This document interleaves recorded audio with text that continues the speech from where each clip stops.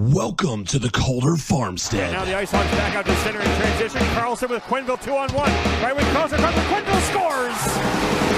Here's a chance for Garrett. Fighting scores! Off the face-off! Up it's Eminger.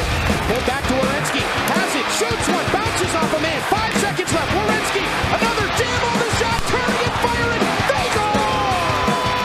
Scores! They score! Now they catch each other and they both go right over the top. Matching rights to one another. McDermott gets the helmet off of Cassie. And now with 9 minutes gone in overtime, the Bears breaking out right side with Bear. Looks like cutting to the net. Bear will score! And here are your hosts, Cece and Sean. Hello and greetings from the mile-high city of Denver, Colorado. And Kamloops, British Columbia. Oh, that's pretty. Welcome to the Calder Farmstead podcast, episode number 61 for Friday, November 12th, 2021. If you're hoping for a podcast featuring discussions of agroforestry techniques, we are not going to be much help. This is an American Hockey League podcast. My name is CC Hockley, the AHL editor of Full Press Hockey. And I'm Sean O'Brien from StatsTrack and the AHL's only league-wide analytics guy. He's kind of a big deal. As always, thank you all for tuning in. If you're new to hearing CC and I talk about hockey, we're going to preview some of the matchups in the upcoming weekend for you. We both watch a lot of AHL games. We're going to talk about what we see when we watch the film, as well as use some advanced stats to help us break it down. If that's new to you, you may want to head over to our podcast feed or YouTube channel, wherever you're listening to us from, and check out episode 0. It's a short primer on some of the stats we're going to be talking about, as well as how we view what's important on the ice. So if you're new to some of the more advanced hockey stats terms like PDO or the point shares model, or newer hockey terms like controlled zone entries, go check that out so you better be able to pick up what we're putting down. I promise it's not that nerdy or technical. It's only 20 minutes. And let's be honest, you wasted 20 minutes today debating the most overrated mutant in the X-Men universe. It's Jubilee. This is not close. You'll never get that time back. So next time, why not spend a little more time with us talking hockey? And just for the record, I believe Gambit was trending as well. No, Gambit we're not doing this. Okay. Anyway, so we've got our guests waiting in the green room. So first and foremost, let's start, as we usually do, with the Atlantic Division. Charlotte is going to be taking on Wilkes-Barre Scranton Friday at 7:05 p.m. and Saturday at 6:05 p.m. in Wilkes-Barre Scranton. And at Hershey in Pennsylvania, staying in Pennsylvania at 5 p.m. on Sunday. And so, like I said, we got a guest in the green room here. And our first guest of this episode, we've got another one coming up. He's been behind the mic in pretty well every aspect of minor league and juniors hockey here in North America. Starting off as a radio broadcast intern with the Lehigh Valley Phantoms in 2016, he spent a season in that position before moving to the SPHL to call games for the last season of the Mississippi River Kings in 2017-18. He then headed up to Minnesota for 3 years to call games for the NAHL's Austin Bruins and also serve as a media relations director for the NA3HL's Rochester Grizzlies in 2020-21. And with all that hard work under his belt, it was an exciting announcement this offseason that he had taken the mantle as the director of broadcasting and corporate servicing for the AHL's Charlotte Checkers heading into the 2021-22 season. So without further ado, the Calder Farmstead is proud to present and welcome to the program TJ Chillot. Welcome, TJ. Hey, guys. Thanks for having me. It's beautiful here in my home state of Pennsylvania. I love it. We're at the hotel here in Wilkes-Barre, getting ready for 3-3. We're actually getting ready for 4-6. So it's gonna be a lot of fun here in PA. Yeah.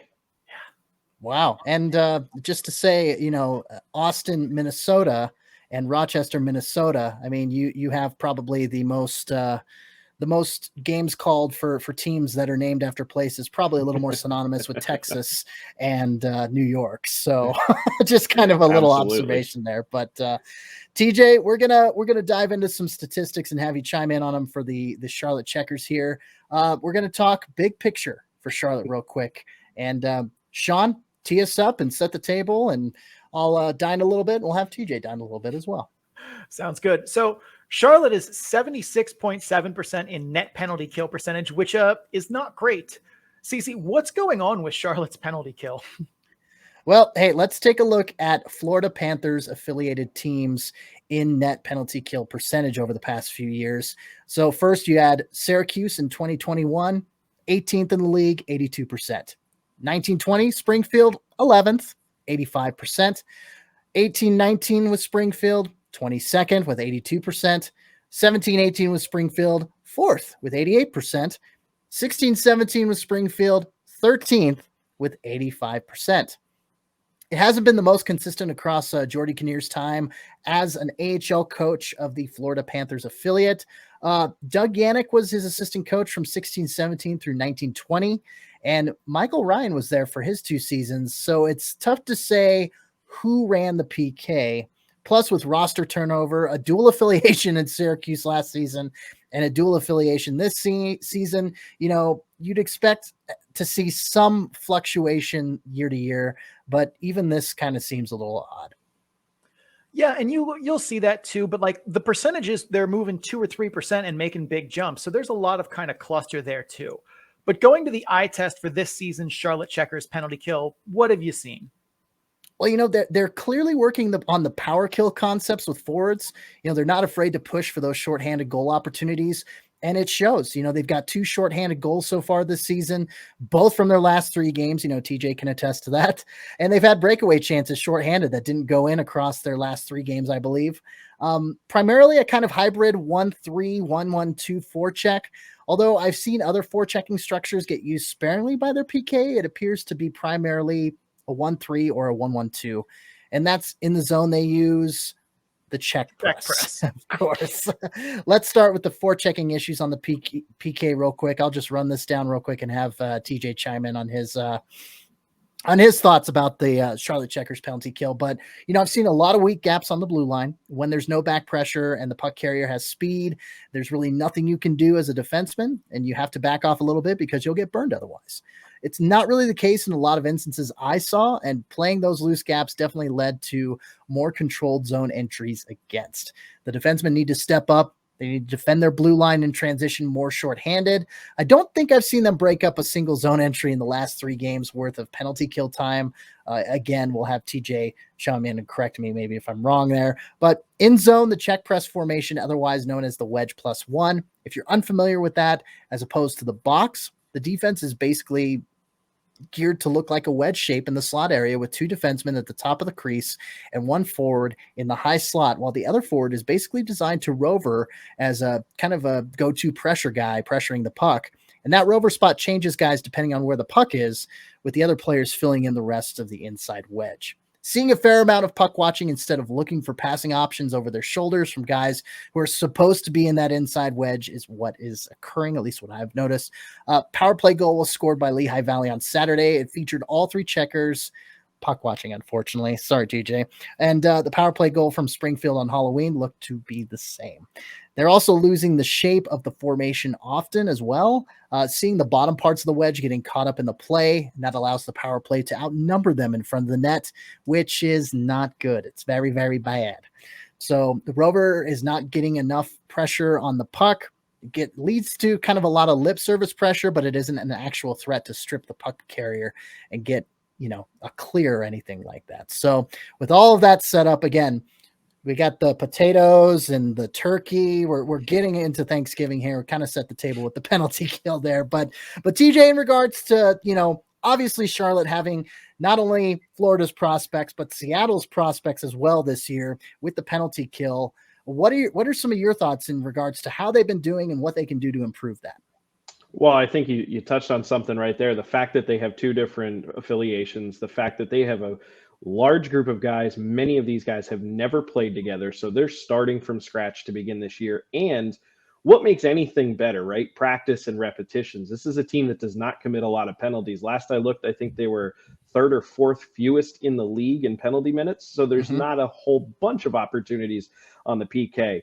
Earlier in the year, one thing that I noticed, particularly when Zach Dalpe would take the draw or Maxime Mammon, and I don't have the figures in front of me, maybe you guys do, but the face-off percentages, particularly in that opening face-off of the PK, was heavily skewed in Charlotte's favor. I can't tell you. I mean, the first couple of games against Hershey, those first 3 out of 4 against Hershey, it seemed like every time they went on the PK, they're winning the draw clean back, and they're starting with an immediate clear. That obviously gives you confidence. That obviously gets you the chance to breathe real quick and make sure that when they come back in on the zone entry, everybody's in their proper place. You're not forced to chase after a puck immediately in your own zone if you lost the draw right after that whistle and after that penalty. So I've seen that kind of tail off a little bit, and maybe some of that can be, attributed to the fact that Dalpe got called up for a little bit in the middle of the season. Mammon got called up. He's still with Florida right now. Maybe that has something to do with it, but I have noticed when we talk about the PK, that's one thing that I've been thinking about as I'm broadcasting these games. I've been noticing those face-off wins while on the PK have kind of taken a little bit of a dive. And I am a firm believer. Now, I've never played organized hockey beyond high school, so what I have to say versus what Dan Bilesma and Jordy Kinnear have to say, or anybody for that matter on this team, they have, 10 million times more knowledge than I will ever have. But when I look at things like that, I know the confidence that you can get when you clear it off the glass and begin with, the puck down behind the other team's goalie behind the goal line. So we'll see, if they can kind of pick that up. I do think that's one thing that they can kind of right the ship a little bit. If they can start winning some more of those defensive zone draws after the puck is covered up, they'll be better off. And I do think that they could be a little bit more powerful towards the blue line. There's been a lot of opportunities where if they get it out of the zone, there's been plenty of times where just breaking out of the zone and getting the puck into the neutral zone has been a little bit of a struggle. But then there's other times where even if they do get it out, they just don't get the puck deep enough on the other side. And I know that's something we hear all the time, get pucks deep, right? Bang bodies, get pucks deep. But on the PK, you really need to, because again, if you don't get the puck deep and it's just going out to the logo at center ice, you don't have the necessary time to maybe get a change. If you wanted to get a change in that instance, even if you didn't want to make a change, you don't really have the opportunity to make sure that the troops are in the right position. You don't have, it's just this immediate, you don't get that mental break, right? You don't get the chance to clear it down and go, all right, it's down there. So now I got to get back over here and pay attention to them coming in on the rush. So I think it's something that we're going to see once they find which system and once they get that chemistry and these guys playing together from these two affiliations, we're going to start to see that number tick up, because it was very strong to start the year in the first 3 or 4 games, which I know isn't really saying much with such a small sample size, but I see that trending back up. Yeah, and that's one of the fun things about kind of the early season observations is trying to separate what looks like signal from noise. And we've always tried to do that with a little bit of eye test and a little bit of numbers. I did manage to pull up, at least as of Tuesday, that the Checkers are in the top half of the league in terms of penalty kills per game at 3.8. So that's a good number too. They have one of the most favorable penalty differentials in the league. So that's a big part of helping to kind of tilt the ice in their favor when they're drawing 5.3 power plays a game, but only giving back 3.8 penalty kills a game. That's always one of the things that we're going to talk about later in the show with Milwaukee is you can have a really good penalty kill, but when you're taking seven penalty kills a game, you're inevitably playing with fire. So the fact that, they're, not getting to get out there and get reps live in game as much, that explains some of the kind of discoordination, but also, that's not a terrible thing, because you would rather not have them have to kill a bunch of penalties, because killing penalties is bad. That's right. Yeah. You're fighting the odds, right? I mean, they say that 1 in 100, 1 in a million. Well, there's still that one. So, the more often you give people opportunities, that it's just going to bite you. It's just going to bite you. And one of the things that we kind of saw last year with some of the dual affiliations was like this, not just split coaching staffs, but also like this, I believe it was Chicago last year, who was like required to have so many players from both sides in the lineup every night. Have you seen or heard anything like that with Seattle, or have they basically just trusted you guys to, by and large, do the right thing and play their guys when it was necessary or when it was appropriate? Or is there some kind of you have to play 4 or 7 or however many guys a night? To my knowledge, Seattle hasn't, given any kind of ultimatums or anything along those lines. And in fact, this past week, the Checkers were running with two goaltenders that were both assigned to Seattle. After Sergei Bobrovsky got hurt in Florida, they called up Christopher Gibson. He ended up starting a game up in the NHL level, which left Joey Decord and Antoine Bibeau, both Seattle contracted guys, here in Charlotte. At first, I wasn't sure what we were gonna do. I remember talking with our director of marketing and PR, Paul Branicki, and just kind of saying, so do we have to pull up somebody from Greenville? Do we need to have someone here that represents Florida at this level? And he was like, no, we don't have to. They're going to let us roll with the two. So I think they're kind of trusting everything, and having Dan Bilesma here, who is the Seattle representative on our coaching staff, they trust him for obvious reasons, his Jack Adams Award being one of the bigger reasons. They trust him to make sure that these guys are developing, because that's really all it's about, right? Is making sure that these guys develop and they get enough ice time. And Seattle has a handful of guys here that are making plays and that are huge impact players, whether it's Carson Twarynski, who had a goal against Lehigh Valley this past Saturday.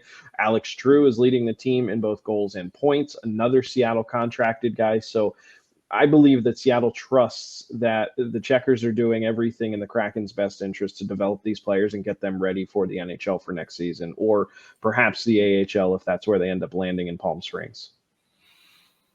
Yep. I think we're going to switch now from the team kind of wide perspective. Let's get into some individual players here. CC, Max Gildon has struggled recently. We saw him last year in Bakersfield, and he was, I think what we said was he was their defensive MVP. And it was a surprise. And I remember seeing him in Charlotte this year and forgetting the entire time last season he was a Florida prospect, because that was not where Florida was by and large sending their players. He just kind of randomly got to go to Bakersfield for reasons unknown. But what have you seen from him and that can kind of explain a little bit of the struggle that's gone on? Well, I mean, like you said, he did look great in Bakersfield last season. Some of it is his usage, I think. Not getting a ton of special teams time, which I think is a mistake. He is a physical net front defender, which the PK looks to be lacking. He has a very good offensive vision in the zone as well, which is an asset on the power play. So ticking a lot of special teams boxes there. Also been moving all over the lineup in terms of who his partner is. Sometimes it's Carrick, sometimes it's Prisky, sometimes it's Kierstead. That's obviously not ideal when you're getting shuffled amongst, different pairings like that. On film, he's looked okay. A few times he's bobbled pucks on retrievals or not had the smoothest puck control, but I mean, it's nothing egregious. Overall, I think he's been fine. He's just been underutilized so far this season, in my opinion, and not put in the best position to maximize his skill set. And some of that's understandable. He's new to this coaching staff and they're new to him. So, and it's a new coast. He was at the West Coast and East Coast. I don't know what that has to do with the price of tea in China, but, but the filling out process is pretty common. I'd like to see him get in the mix on special teams more and find a more consistent partner on D. TJ, Gildon. You corrected us. It is Gildon. So in regards to Max Gildon, what have you been seeing and what could you see more of regarding him? Well, I think the first thing that we need to remember is coming into this weekend, he was the youngest defenseman by age on this roster, coming in at 22 years old.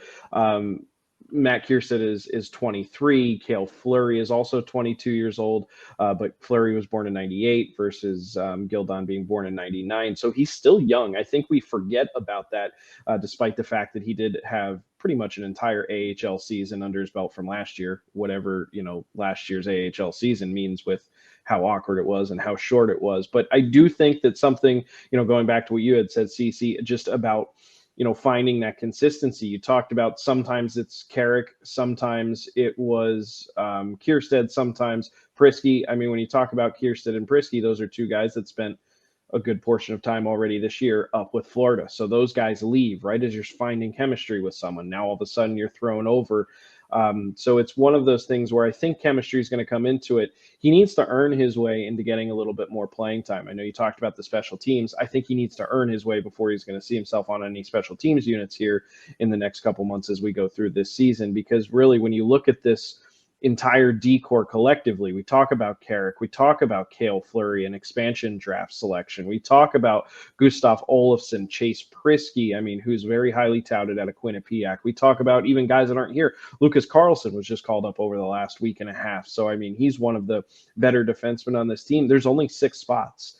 So I think, you need to earn your way up there, and you do that in practice. And every time we look at him in practice, he's a very hard worker. He's skating just his back off every single time he steps out there. He's just young. He's going to get his opportunities. He's going to make his mistakes, but he's going to be a player that once he does find chemistry, whether it's with Kierstead or maybe the veteran Carrick, somebody who has that long time NHL experience, once he finds that, he's going to settle down. I think right now, and I don't want to put any words in his mouth or any emotions in his head that maybe he's not feeling, but when I look at him, I just kind of see someone who's just readjusting to the American Hockey League game, because last year was an outlier year. Again, he was in Bakersfield. None of those guys that he played with last year are on this team. And then going back to even earlier in his career, that was his first professional year, before coming out of juniors. So I think this is just someone who just needs to find his place, and he just needs to find his speed and find his tone. And he will, because he's working hard at it. And he's someone that the coaches are going to give every opportunity to succeed throughout the season. And I think you made a good point there about the depth of defense that Charlotte has had this year. And that was one of our big selling points on them in the preseason too, is like they have 6 top 4 defensemen in the AHL. There aren't a lot of teams that do that because, double the affiliation, double the fun. And that was something that Bakersfield really didn't have last year. They didn't have a ton of puck moving defensemen. He was pretty much on an island for that skill set in terms, like they had a lot of guys like Ryan Stanton and Kevin Gravel who could, bang down low and, win battles along the boards and be physical defensemen, but not a lot of guys who could just straight move the puck or had offensive zone vision. He was pretty much the only one. So he got to eat a lot of those minutes just by simply being the only guy left in the bar. And that's not going to be the most viable strategy in Charlotte, as they have a very good defensive core group. So I think that is a really good point that we may have overlooked a little bit, but I do think too, sometimes it's challenging to kind of get set into the games when you're getting moved around a lot. And I agree that he definitely has to earn those minutes, but I also think that seeing that I don't want to say like struggled feels like maybe the wrong word. Is after seeing him last year where I felt like he shined, he has not shined as much. Like he's not doing anything wrong by and large that I've seen from him on film. It just feels like not enough being done right. And that's a hard kind of line to walk, of not making mistakes, but actively doing things better than other players is hard, especially with that depth. He's almost at a half a point per game. I mean, in the early season, he's got 3 assists in 7 games so far. And when you look, he's in the Atlantic Division now. This is a very tough division from top. When you talk about the last Calder Cup winning team, Checkers, where's the logo? There it is. To the team that everybody thought was going to win the Calder Cup if it had been given out last year in Hershey, to, teams like Wilkes-Barre who have their high points and are always contenders. This is a tough division he's coming over in, and that's not to take anything away from the Pacific and being out west. But one other thing that I would love to know, I don't think anyone will ever get an honest answer about this. I wish I could have been a fly on the wall of various AHL teams last year, knowing that the Calder Cup is off the table. How many coaches decided to play around? How many coaches decided to, obviously everybody wants to win, but how many coaches were getting direction from NHL clubs, maybe a little bit more, knowing that there was no ultimate prize and that it was a shortened season, and they want to see this player play more. They want to see this guy in this situation. They want to see, different things. I'd love to know if some coaches out there said, I don't want to call this a wasted year, so I'm not going to waste it. I'm going to use this more on development than, say, other years, because every year it's like 50-50, it's 50% development, 50% we want to win the Calder Cup. Was last year maybe 70-30, 60-40? Did guys lean a little bit more towards the development side? And I think if that was the case, I don't know if it was, but I think that's where Gildon benefited last year. And now this year, everybody means business. Everybody means business. So the entire landscape changes a little bit. You talk about coming over to a new division, new team. The teammates are different, like we talked about already. And it's not like he's not struggling. Again, he's almost at a half a point per game so far from a defenseman. And for a guy that's put up a lot of points, he's usually at about 75% or 3/4 of a point per game, I guess is the proper way to say that, for his entire collegiate career. I think I said earlier juniors, but coming out of New Hampshire, he's got, 3/4 of a point per game average. He'll be there. He'll be just fine. All right, CC, are you ready to kick over to the Wilkes-Barre Scranton side of this? Because I'm ready to talk about fake teams. Yes, yeah, TJ, you mentioned the baby Pens, the Penguins of the Wilkes-Barre Scranton variety, and I'm like, oh, he's teeing this up pretty well. It's like he's reading off of our notes or something. But yeah, Sean has been saying, and I know Charlotte's already faced off against Wilkes-Barre Scranton once this season, 4-1 victory for the record. But Sean has been saying that this team is not as good as their record indicates. In fact, he goes as far as saying that they are, as he said, a fake good team. So let's dive into that a little bit. And Sean, take it away. And I'm sure we'll have TJ to comment on that as well. So I've been saving they're a fake good team for a lot of reasons. For one, their estimated PDO is 100.58, which is perfectly fine. That's well within what we would expect. But it's powered almost entirely by save percentage. And while I'm higher on Philip Lindbergh than a lot of others, and I think Louis Domingue is a decent goalie, I don't think either of them are 922 goalies in the AHL at this point in their respective careers. But that's what they've had to been in order for Wilkes-Barre Scranton to win games so far this season.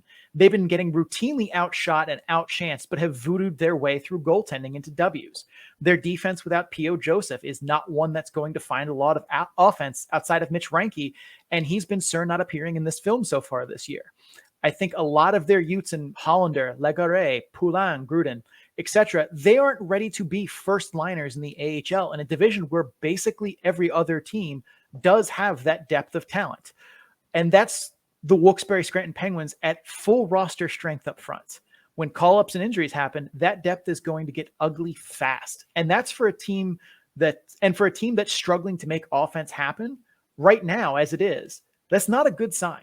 Both sides of special teams for them have also been underwhelming. So it really comes down to, is their goaltending going to be able to balance the scales enough to compensate for what is not a lot of offensive talent and not going to be a team that puts up 5 goals a night? I say no. And if they were in the North Division, maybe they could squeeze past some teams and make it work, because that very much so far has looked like a goaltending need not apply division by and large. But in a division that features Hershey, Springfield, Hartford looking improved, with Charlotte and Lehigh Valley who have talent, I think that finds their groove as they get their NHL affiliate gets healthy. To me, all of that says fake team. And after starting 4-1, they're 1-4 in their last 5. That's not great, but it does support my accusations of they're going to need both Lindbergh and Domingue to give them 922 or better save percentage for the season. And I don't want to say they're not capable of it, but man, that is asking a lot from goaltenders that are A, young, or B, have never really done that before in their pretty well-established hockey careers. TJ, that 4-1 to start the season, the one, again, the Checkers giving Wilkes-Barre Scranton their only loss in the first 5 games of the season.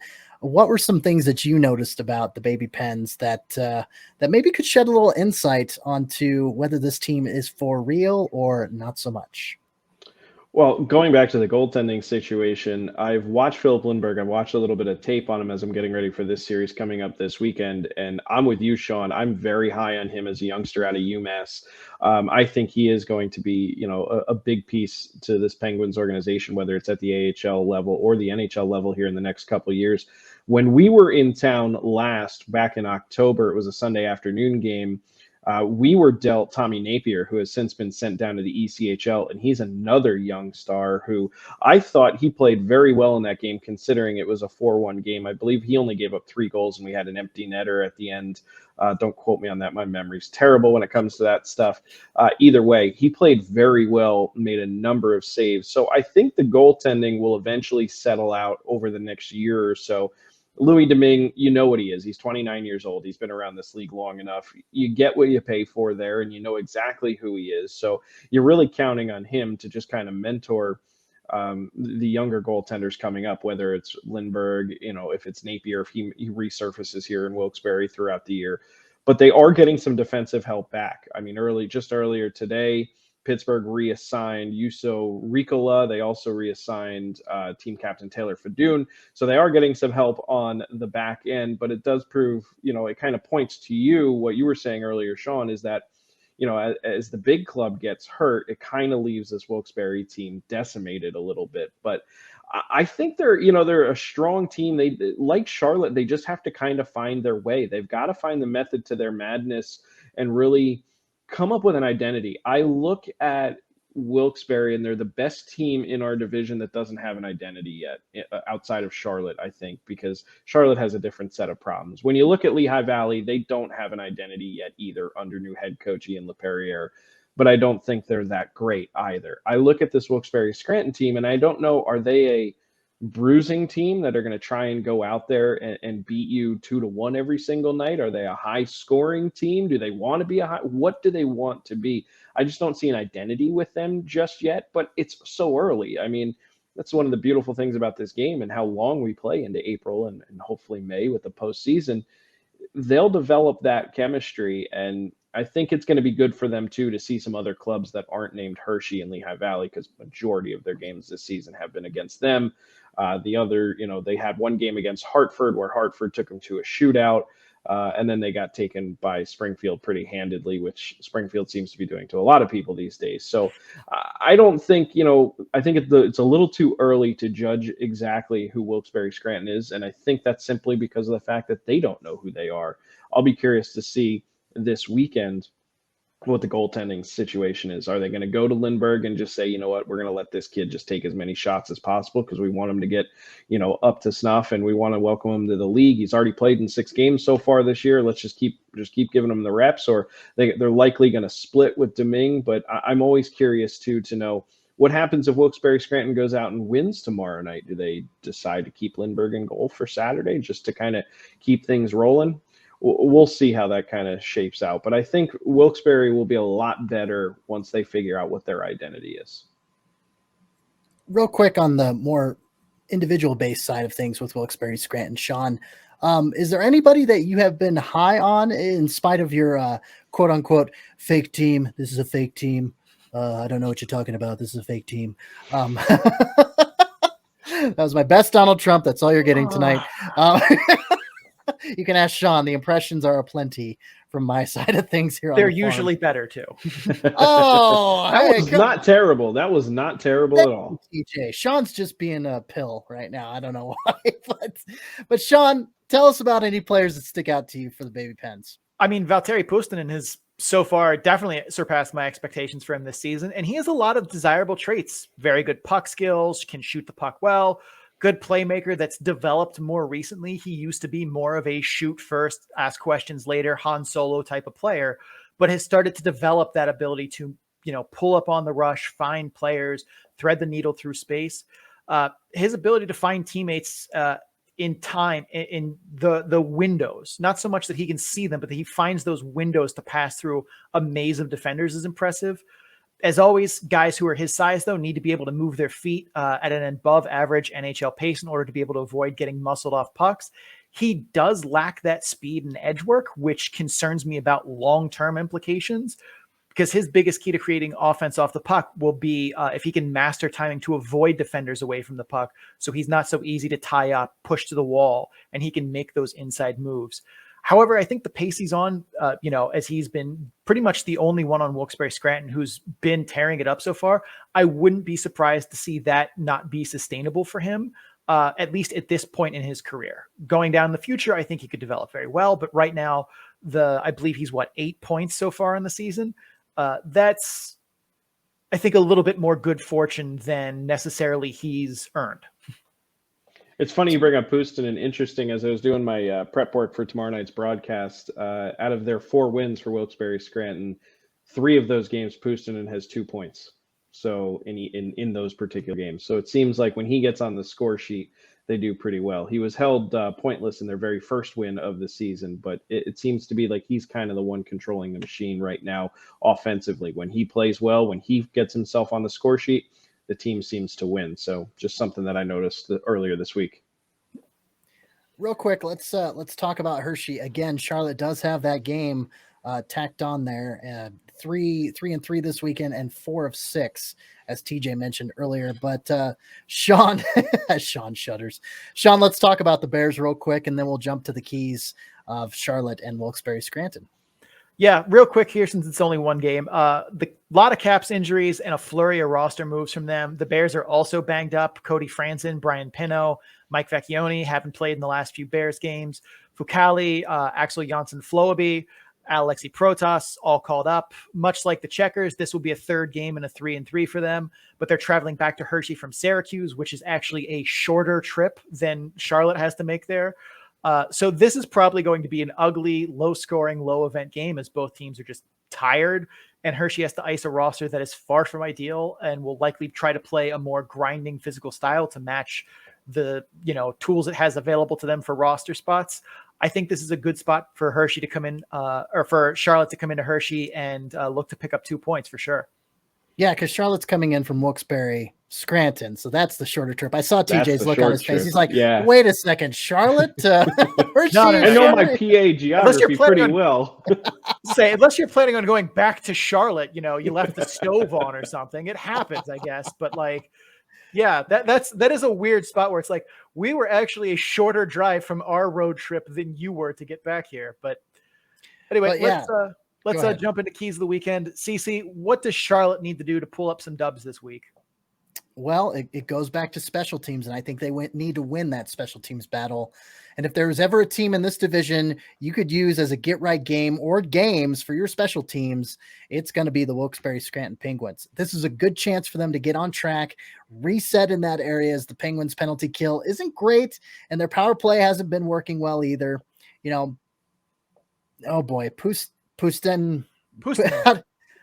Okay, boy, you said it. It just didn't stick in my head. Puustinen has been everything for the Penguins so far this season. I see all those vowels and my mind just shuts off. Anyway, Puustinen's been everything for the Baby Pens. Don't let him beat you. That's the second key to the weekend. Don't let Puustinen beat you. Like TJ was saying, 3 or 4 games with, multiple points. Make sure you know where he is at all times. Don't let him get sneaky on the ice with you. Finish checks against him. Don't do anything stupid. No head hunting, no Marty McSorley style garbage on the ice. When he touches the puck, make sure he feels contact and doesn't have space to operate, but don't get too aggressive in regards to that. Sean, I think you're 100% right. It's going to be the special teams. This is the second weekend in a row now that the Checkers penalty killing unit is going up against the worst power play unit in the league. Last weekend it was Lehigh Valley, but Charlotte faltered a little bit in their series against Lehigh Valley, gave up a couple power play goals over the weekend. It was everybody scored in those 2 games across the weekend. I mean, oh man, I was so tired of saying the word goal. But you're absolutely right. Now they get Wilkes-Barre Scranton, who's last in the league in converting on power play opportunities. This is a great chance to kind of right that ship, because you always want to get better, right? You'll hear coaches all the time say the 110 rule. They want to see a 20% power play conversion rate, which Charlotte currently is at because they did have some success against the Lehigh Valley penalty kill last weekend, which oddly enough, Lehigh Valley's penalty kill last weekend came into the weekend 4th in the league in converting on their penalty kill opportunities. So there's clearly something going right on the power play side, but they've got to make sure that they buckle down on the PK. I think that's going to be the biggest thing. And honestly, it's going to, for me, a 3-3. We're carrying 3 goaltenders as Gibson has been reassigned. I think the goaltenders are going to play a huge part in that. In regard, they always say, right, your best PKer is your goaltender. So we're going to see how that goes. I'm going to be curious to see how the specific goaltenders do on the PK throughout the weekend, because they're all going to get starts, not necessarily, one right after the other, but they're all going to factor in. We have 6 road games over the next 11 days. So they're all going to get their opportunities, assuming they're here and none of them get moved. All right. Well, on the other side of the coin, Wilkes-Barre Scranton. Sean, real quick before we get to our picks, and I'm curious to see what TJ's picks are. Let's talk about Wilkes-Barre Scranton's keys to the weekend. First key right out of the gate is you have got to get going early. This is not a team that is built for late game comebacks or digging out of deficits in the third period. It's much better suited of getting 1 or 2 early and then clinging to that lead and grinding it out with tough defense. To play that style, you have to get going early. You also got spanked in 3 of your last 4 if you're Wilkes-Barre Scranton, and nothing puts those games out of your mind like winning the first 10 minutes, putting goals on the board early. Second big key for them, and this has been a problem for them for most of the season, they need to shut the slot down. Wilkes-Barre Scranton has been bleeding chances from the house, but especially from that inner slot area. That's been the biggest difference between their first 4 games and their last 4 games is the volume of shots on goal from that area. You can't be giving up the shot volume from there and expect to win. Getting Ricola and Taylor Fadoon back should help, but this is still a team effort of making sure you're getting sticks in passing lanes, tying guys up, looking over your shoulder, scanning to make sure that you're not just standing there like an attendance, like someone who bought a ticket to the game. You need to make sure that you are active in defense, even when you aren't on the puck. Those are the 2 big keys for Wilkes-Barre Scranton. If they can pull both of those off, they got a shot. All righty, time for the last little bit of this segment, and that is the picks. And of course, as we do with our guests here on the Calder Farmstead, we defer to them to choose. And it's a little bit different because obviously TJ being, the broadcaster, the play-by-play gentleman for the Checkers, it's gonna be interesting to see how this works out and what the picks are for you. And we're gonna do the whole weekend. We're gonna do the 2 games with Wilkes-Barre Scranton and Hershey. So I know that was a lot of words. Let me just cut to the chase. What are your picks, TJ?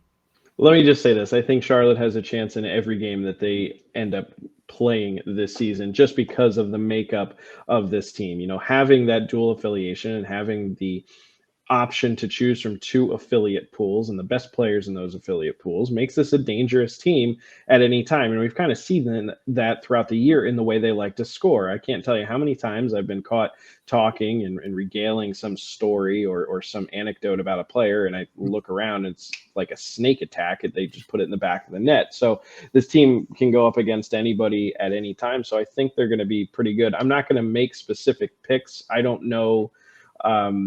I don't like doing that because I don't want to play the jinx card, but I don't want to. All I know is that when Charlotte goes out there for this weekend, it's going to be a battle because these are divisional rivals. These are 2 teams that they have played by the time the weekend's over multiple times. I mean, it'll be 3 games against Wilkes-Barre Scranton by the time the weekend's over. It'll be 4 games against Hershey by the time the weekend's over. So these are teams that they're familiar with, teams that they know. I like their chances, particularly in the earlier portion of the weekend, because I think they're going to be excited to be getting on this road trip. But then, that 3-3 is always tough. But like you guys said, it is a shorter drive for Charlotte to get to Hershey than it is for Hershey to get back from Syracuse. So I'm curious to see how that plays into it too, because our last 3-3 that we had on the road culminated in an afternoon game in Springfield, and we simply ran out of gas, jumped out in front 3-1 in the second period, and all of a sudden final score 5-3 as Springfield stormed back. But they were only playing in game 2 on the weekend. So yeah, they had a short night and didn't get as much sleep as normal, but they were only playing on game 2. So I'm curious to see how they do on the back end, but they're playing the team that they're even more familiar with on Sunday. So I like Charlotte's chances in all these games this weekend. That was very diplomatic of you, TJ. I'm glad you didn't just go, "Oh, Charlotte," across the board, just, but you're just like, "No, I'm not going to pick," but they've got a chance in every game. Very diplomatic on your behalf. It's honestly, I know it sounds diplomatic and might sound like a line. It's honestly how I feel. There has not been one game yet this year, and granted, it's early, where I've gone into this going, we have no chance. It just hasn't happened. I felt that way about other teams, and I've been proved wrong in those games. But that's why I don't make picks. That's why I don't make opinions, because I don't know how those guys out in Vegas can narrow it down to point spreads and how accurate they can be. It's incredible. I'm terrible, awful at it. I just know that Charlotte will be ready to play. I know that for sure because I can see how hard they're working, and I see these guys. I pass by them in the locker room and in the hotels. I know they're ready. We, on the other hand, are contractually obligated to make picks here. CC, who you taking? Well, if the red checkers were wins and the black checkers were losses, to kind of go along with those awesome alternate jerseys that I enjoy so much of Charlotte's, I'm going to do a little Oreo sandwich. Red checker win on Friday, black checker loss on Saturday, and red checker win against Hershey on Sunday. Sean? I think if Hershey were closer to full strength, better rested, some, other factors going in, I would probably take them on Sunday, as I think that them tired are a deeper roster at full strength than Charlotte tired currently. But that's not how it's playing out. This has all the makings of a Charlotte, Pennsylvania weekend sweep, and that's how I'm calling it. I'm taking them in all 3. Oof, I like it. I don't have to close my webcam. Thank you. I was debating doing the Charlotte sweep, but I'm like, maybe Wilkes-Barre Scranton squeezes one out, and they're probably going to do it on Saturday. At least don't believe in them. Gonna stick to that. I'm going to stick to my guns. Do not believe. Now I know if Charlotte gets swept on the weekend, who to come after. So I know who insted the jinx. So yeah, that would be. That'd if be you Mr. would have trekked O'Brien all the way over up here to Kamloops, that's on you, buddy. Well, hey, TJ, get working on that passport renewal. Right there, you go. Well, hey, TJ, thank you so much for coming on the program. And again, congratulations, after a number of seasons. Oh, wait, sorry, Sean. I always forget this. I'm sorry, Sean. We have a computer that gets to pick too, CC. It has feelings in theory. So the model that we use here has Charlotte as a 56.8% favorite in both games against Wilkes-Barre Scranton and a 51.5% favorite against Hershey on Sunday. It does not think highly of that Hershey roster as is. So Charlotte, the favorite in all three games, according to the model. I'm okay with Skynet in this instance. So it can have feelings. I like it. There you go. Okay, now I can say thank you to TJ for coming on the program, because I always jump ahead. Well, maybe not always, like 50-50. I jump ahead and forget the model exists. And yes, Skynet has feelings, as TJ said. But TJ Chillot from the Charlotte Checkers, again, congratulations. Really, really awesome to see you rise up the ranks through the SPHL, the NAHL, and now you're one of the many that I've interacted with for a number of years now that's at the AHL level. Isn't it awesome to get a call up? Oh, it is. It's been one of the highlights of my life. I mean, to jump from the North American Hockey League to the AHL, I mean, it sounds like I'm just losing a letter, but we all know what that, I mean, I Tier 2 junior, skipping over Tier 1 US junior, didn't do major junior, didn't even get ECHL. I mean, so it's been an honor to be the voice of the Charlotte Checkers this season. I'm so thankful for Tara Black and Paul Brannicky and Mary Grahams, the people who were influential in bringing me on board. And of course, I'm so thankful for the Austin Bruins and the River Kings and everybody, and Bob Roadtruck and Lehigh Valley, who I picked up a lot of habits from, for better or worse. And, so I'm grateful to be here. And I certainly hope that we can interact some more throughout the season. You guys need a guest, give me a call. I'll be more than happy to jump on. Absolutely. The door is always open for sure. So awesome. Thanks, TJ. Appreciate it, bud. Thanks, guys. We'll talk to you soon. Sounds good. Once again, TJ Chillot joining the program. What's up, Sean? Nothing. I was going to take us to break. Oh, well, feel free. We're going to take the break here. After the break, we will get to the Utica Comets. If you're just here for Charlotte and Wilkes-Barre Scranton and maybe a scrap or Hershey on the side, thank you for stopping by. Also, don't forget to subscribe to us wherever you're listening to us from so you get episodes in a timely fashion. We will be back on Tuesday morning to break down all of these weekend series for you in the same order. So you should also check us out on social media. Links to our social media, as well as all of our podcatchers and YouTube channel, can be found in our Linktree page, linktr.ee/the Calder Farmstead. That's the link you need. We're going to pay some bills. We will be right back. All right, we've covered one series for the weekend, and now we bump on over to the North Division, and we are going to cover one of the hottest starting teams in the league so far, and that is the New Jersey Devils' freshly minted affiliation with the Utica Comets. Ooh, that jersey is sexy. If you're watching the video, oh, that's a good-looking jersey. Whoa! Hey, now, this show is a family show. Don't you do that. Oh, we cuss a little bit. Maybe it's not as much of a family show this week. Anyway, Utica's weekend, Saturday at 3 p.m. in Laval, in Quebec. And then they head on over to the province of Ontario, Sunday, 1 p.m. at Belleville.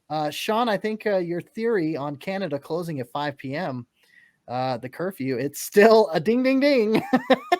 Canada closed at 5 p.m. We got to get out of the country before they shut the gate.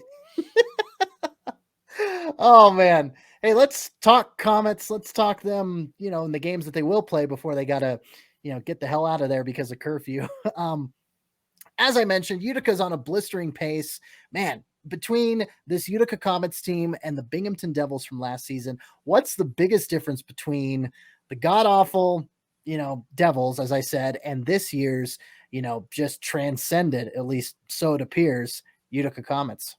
Well, there are lots of reasons. First, there are roster changes. They turned Gilles Shen and Evan Cormier into Nico Dawes and Akira Schmid, which is a trade, basically, of two guys who lacked NHL potential for two guys that both definitely have it.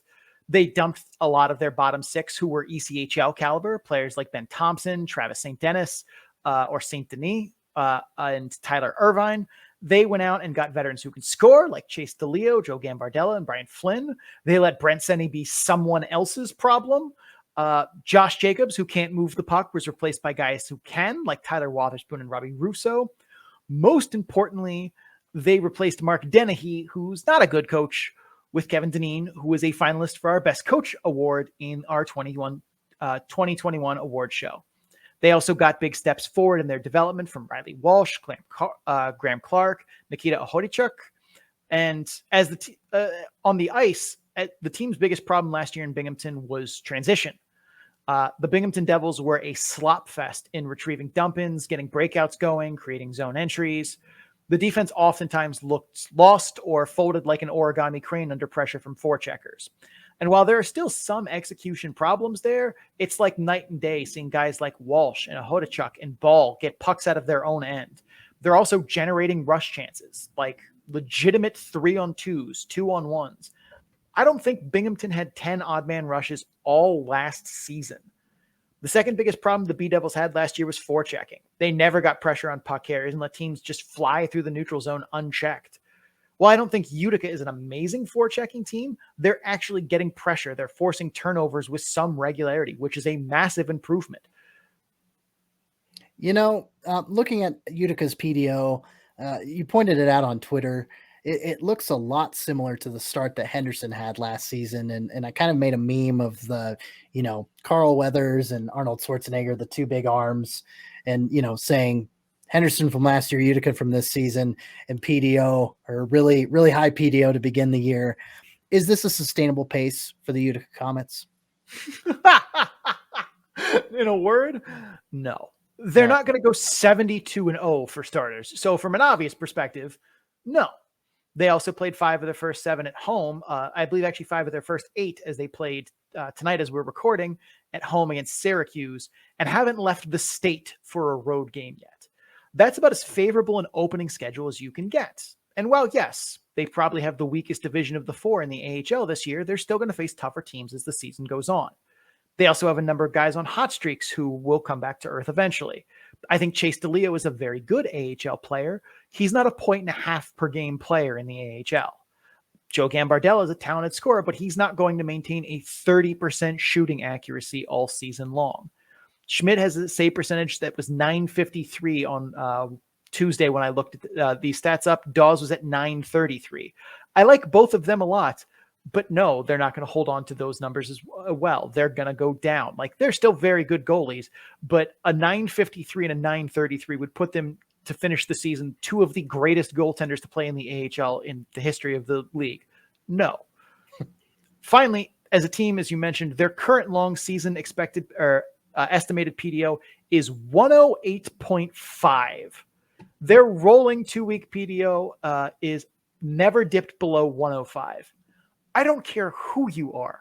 That's not sustainable. Henderson couldn't even sustain that in a shortened year. They rode it pretty far, but you remember, Cece, when we talked about this last year, it will eventually crash, and boy, did it. Yeah. Those playoffs suddenly became a lot more competitive when pucks just didn't fly off their sticks into the net. Syracuse couldn't sustain it last year, playing 4 teams ravaged by COVID in a shortened year. It will come back down. That shooting percentage plus save percentage isn't sustainable, and that's okay. Like, I don't think that means Utica is a terrible team or like a fake team like Wilkes-Barre is. They still look a lot better than I think that even we thought they would. They're definitely closer to that best case scenario than I think we predicted in the season, because I don't think we saw as many of their, young guys stepping forward and just being ready to go out of the gate. But that's okay. But the pace that they are on is not sustainable. They will eventually come back to earth, even if that's still earth as a very good and competitive team, which I think it will be. They are not going to go 72-0, 76-0 or whatever. Like, they're 8-0 right now and look like they could,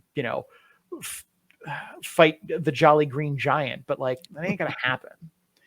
Yeah. When it comes to an unsustainable clip and a hot start to the season, man, the PDO train It definitely hasn't taken any passengers. It's just, yeah, it'll kick you off before it'll take you on. That's for sure. But hey, let's talk about the team as a whole even more. I mean, there's been a lot of positives to talk about with Utica, obviously, as we've extolled, but lost in the shuffle has been Nolan Foote. So actually, let's get a little granular here, and we'll talk Nolan Foote, individual player here. Not very well in finding his groove this season. What's going on with him? Last couple games, he's been on a line with Gambardella and Schneider, or he's been paired with Schmelzer and Gambardella. They've kind of bounced that center around a little bit. I don't think either is a good spot for him. His skating is his weakness, and he needs someone who can carry the mail through the neutral zone to get entries and then find him in space. He's like the most ideal trailer you will ever have on that team in terms of his skill set as a very good shooter, but not a good skater. He's someone you send up the ice, they go with the puck, they carry it, and they find him as the trailer. That's like those skills that he needs to have built around him aren't strengths of Gambardella, Schneider, Schmelzer. That's not what they're good at. He's also been regularly getting what looks like third line minutes. Now we can't tell because we don't actually have time on ice data because that's too secretive for us mortals to have in the AHL.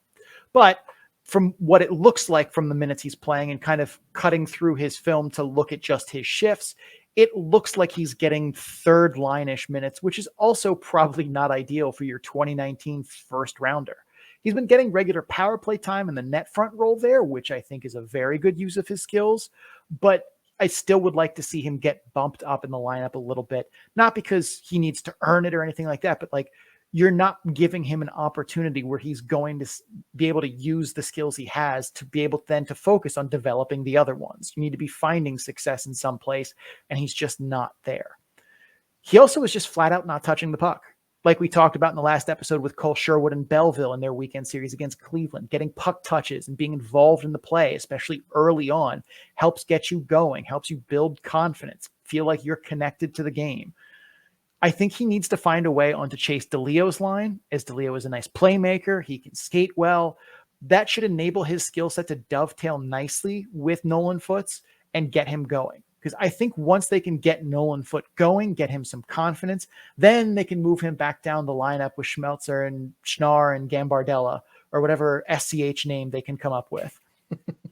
But I think he needs to spend time with someone like Chase DeLeo in order to kind of get that progress going, to get the gears turning, and then they can kind of shift him away.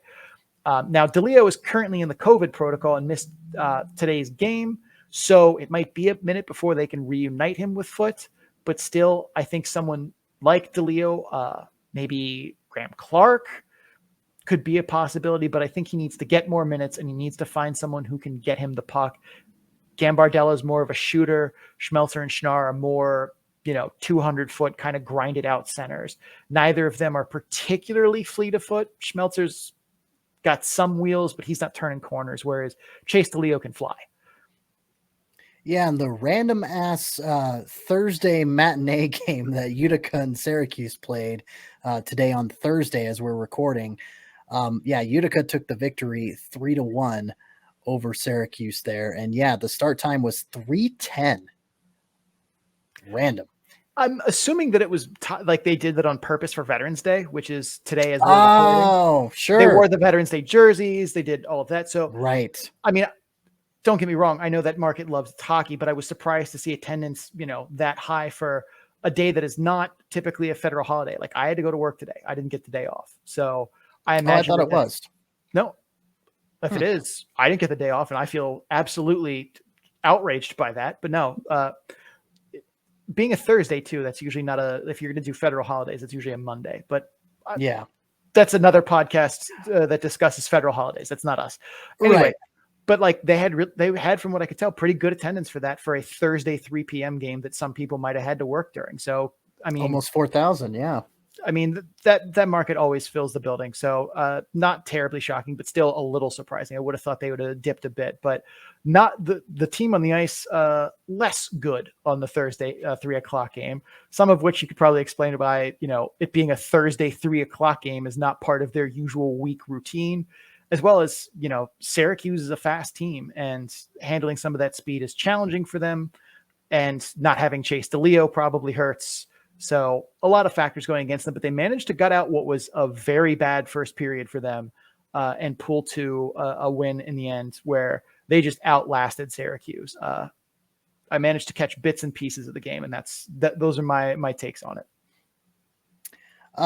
So Utica heading up to Canada for the first time this season, from what it looks like. Yeah, I mean, their only road games have been, like you said earlier, in Syracuse, in state. So yeah, very favorable schedule to the Comets, but now going out of the country, again, the provinces of Quebec and Ontario. Sean, against those two teams, what are the keys of the weekend for the Utica Comets? Well, against Laval, they need to own the opening 10 minutes. Laval is one of the few teams that's actually not having attendance problems league-wide. A lot of teams are. If you've watched any of the games in, Stockton, where else has struggled? Belleville has struggled. Lehigh Valley has not had the greatest attendance so far. So Laval is not one of them. And that building is loud, and those fans get loud for anything that happens. Get a zone clear on the PK, fans on their feet. Win a board battle down low, fans on their feet. This is the Comets' first major road test. They need to take the crowd out of this game and not just win, but they need to own the opening 10 minutes. Second key of the weekend for them against Laval, I would say, is push the tempo of play. Saturday's game is the third of a 3-5 for Laval, and it's only the second of a 3-4 for Utica. That means Utica should be the fresher team, and I'd look to make this a boat race, as I don't think Laval will have the legs to keep up. Against Belleville, I would say they need to finish chances and play 60 minutes. And yes, that sounds very generic, but I will explain why that's more important here. Belleville has showed time and time again that they are going to keep getting up off the mat and grind, no matter how many times they get knocked down. They are basically that song that everyone knows, but no one knows who sings it. Chumbawamba. Except for Cece. Sorry. They have that lunch pail grind you down mentality. And if you let them hang around in games where you've outshot and outchanced them, but it's close-ish, they will make you regret it. They've done it time and time again. Troy Mann has instilled that lunch pail mentality in that team. Both teams are going to be tired, as it's going to be the third game in a 3-5 against three different teams for both sides. I'm anticipating an ugly 2-1, 3-2 low event game here. Utica needs to make sure it doesn't let Belleville hang around. They need to turn scoring chances into goals. And they need to make sure they play 60 hard minutes or 65 hard minutes if necessary, because if they don't, Belleville will make you pay for not finishing them off and keeping the pressure on and putting those scoring chances in the back of the net. That's what they've done to teams through the end of last season. That's what they did to Cleveland last weekend. They are a team that gets up off the mat no matter how many times you knock them down. So you need to make sure you finish them when you have the chance. All right. Well, let's finish it up and talk picks here. And I'm gonna pick Utica on Friday against Laval, and I'm gonna pick Utica on Sunday as well against Belleville, because I don't know if you've been paying attention to it, but Ottawa's COVID situation has been dire the past few days, and they just keep pulling guys from Belleville. And honestly, I think the well's going to run a little dry, and their depth guys are just going to be populated with a few ECHLers that probably shouldn't be playing up for a long period of time at that level. So yeah, Utica both Friday and Sunday. Sean, how about you? Utica Friday for sure. Laval, for whatever reason, despite being a fast team and a team that last season really impressed and has impressed in moments this season, they aren't seeming to be able to string together complete games and are just making uncharacteristic mistakes of that team, even though, new coach, but not that much turnover in the roster. I am going to take Utica over them on Friday. I am going to pick the upset here, and I'm going to go with Belleville on Sunday. This has the makings of an ugly game, and I think that favors Troy Mann's squad, with, you said, a lot of guys who are getting called up. But this is going to be the end of a 3-3 that favors a team that has an uglier, grinded-out mentality, and you'll find that in a lot of ECHL guys who are getting their shot. It's not going to be pretty. I don't think it's going to be 6-2 Belleville. Like, this is going to be a 2-1 in overtime, just slop fest of a game. But I think those are games that Belleville pulls out for some reason beyond like actual roster talent. Belleville seems to pull out those ugly 2-1 games when everyone counts them out. So I'm going to do the opposite here. I think Belleville is the one that gets it in the shootout. Boy, that's going to be interesting because Sens Ottawa, I just counted it, 9 guys in COVID protocol for the Ottawa Senators. So if it's going to be an ugly game, and you bet your ass it's going to be, then it'll be ugly. Okay, it'll be ugly. But let's see what the model has to say. What does the model have to say? The model has Utica as a 53.3% favorite over Laval in the first game, and then Utica is a 57.5% favorite over Belleville in the second game. So like I said, it thinks that Utica is win. I'm only taking Belleville because I think ugly games are more their speed, and I think it's going to be an ugly one, and I think there is a good chance that they can pull it out. Like, not guaranteeing, it's not a lock, but the luck has to run out for Utica at some point. At some point, they're going to lose. This seems like a very reasonable spot to me for that. And before we head to break, we would be remiss if we didn't comment on Tweetgate over there in Utica. So if you have not heard, if you are a fan of the AHL and have been living under a rock for the past few days, so Sunday in Utica's game versus Laval coming to Utica, New York, the Utica Comets social media person decided to tweet out, yo at Cole Caulfield, are you there? Everyone keeps saying you're here, but we haven't noticed. Did you not play the first period? And Cole's dad, Paul Caulfield, complained to the AHL about this tweet. And so the AHL, in their infinite power and wisdom, made the Utica Comets take down this tweet. That is the story. Sean has the opinion on what transpired this past Sunday. All of the parts of this are stupid. I am now dumber for having to see all of the shenanigans that went on with this. And I will happy to elaborate that in as quick a manner as possible because this is stupid. All of it is dumb. So, is it unprofessional for Utica to have done that from their official team Twitter? Absolutely. I can say this because it's something I would have done, and I am incredibly unprofessional. We've nicknamed Stuart Skinner Moonshine because he's not a very good goaltender. We said last week that Phil DiGiuseppe belonged on the side of a milk carton through most of the Abbotsford Comets periods. This is something that very much fits in our mode, and we own it. We know that we're not professional. We are at times assholes, and that's fine. I think that endears us to some of the fans, but at the same point, you can't do that from a team Twitter account adding the guy. Like, to put it in a similar scenario, let's say, for example, a team plays the Vegas Golden Knights in the NHL. They win 6-2. They score 5 goals on Robin Lehner. And after the game, they tweet, "Thanks for the goals" at Robin Lehner with their win graphic. That would be not wrong, but kind of messed up, given all we've known about Robin Lehner and that being just kind of a dick move. Now, that's not the same thing as what Utica did here by any means. There's context that changes that, but it's not that far removed, which makes me think it wasn't a smart thing for Utica to do. And from that aspect, yeah, was it kind of a dick move? Yes, it was. Did I think it was funny when it happened? Yes, I did. But it's still stupid for me to do from the official team account. Now, Paul Caulfield throwing enough of a fit to go to the AHL about it is definitely dumber.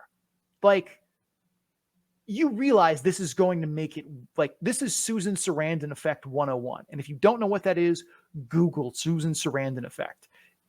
In short, it's basically when you try and hide something like that for no reason or try to keep things from attention from being brought to it, it blows up in your face the opposite way. Susan Sarandon tried to hide a photo of her house, and because she tried to hide it, made it so much more blow up.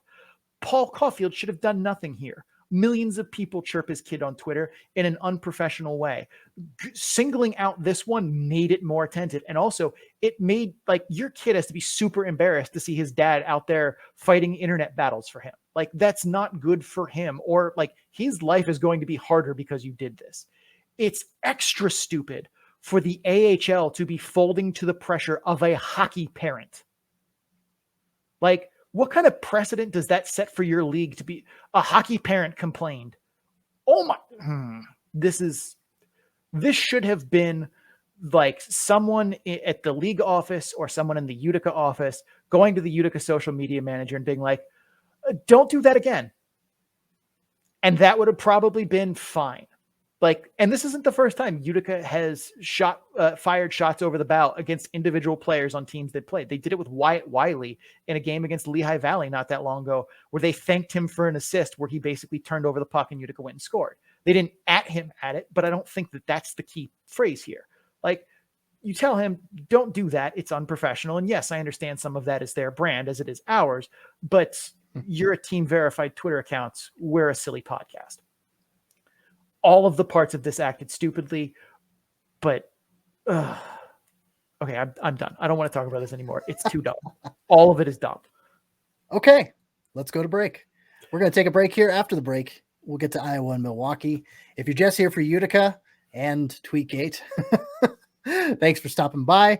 Don't forget to subscribe wherever you're listening to us from or watching. That includes YouTube. So don't forget to subscribe and like and comment, of course.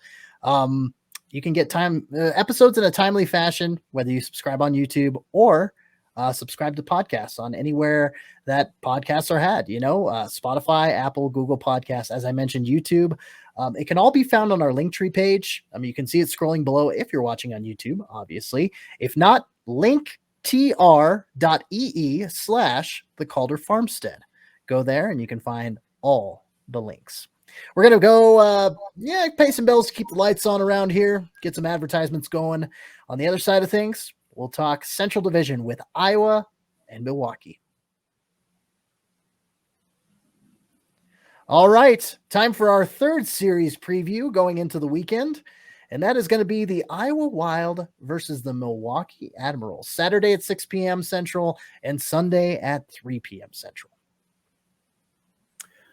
So Iowa is currently projected in the model to win the Death Division, aka the Central. That's very much outshooting our best case scenario from the preseason from Iowa. What's gone right for them so far? Well, they've gotten hot starts from guys who have never performed well in their AHL career. So Joseph Cramarosa, he's got 8 points in 9 games. His career high is 22 in 65 games. In 1920, he put up 12 points in 42 games. So not too shabby from the Cram Master. Mason Shaw has 10 points in 9 games. His career high is 33 in 76 games. Turner Ottenbright, 5 points in 9 games. He had 7 points in his 54 AHL game career before the start of this season. John Lizotte, that'll be my last example here, 4 points in 9 games. His career high was 17 points in 59 games in 1920.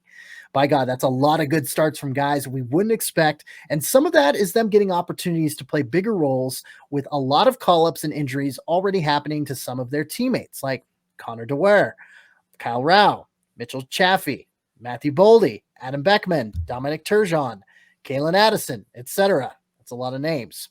Some of that is good puck luck. The team as a whole is at 98 for the estimated PDO, and their rolling PDO has been pretty close to 100 the whole season. So, this is a sustainable clip.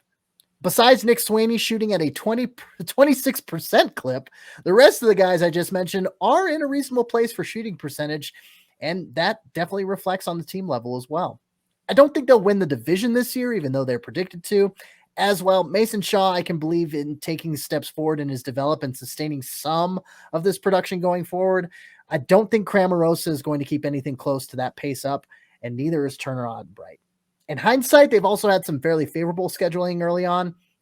While they've been on the road for most of it, they've played 6 of their 9 games against the bottom 3 teams in the Central right now, and they do not play the Chicago Wolves until December. You can imagine there is going to be a hellish reckoning once they roll into Rosemont, if they roll into Rosemont. I haven't looked at the schedule, but when they play the Wolves, look out.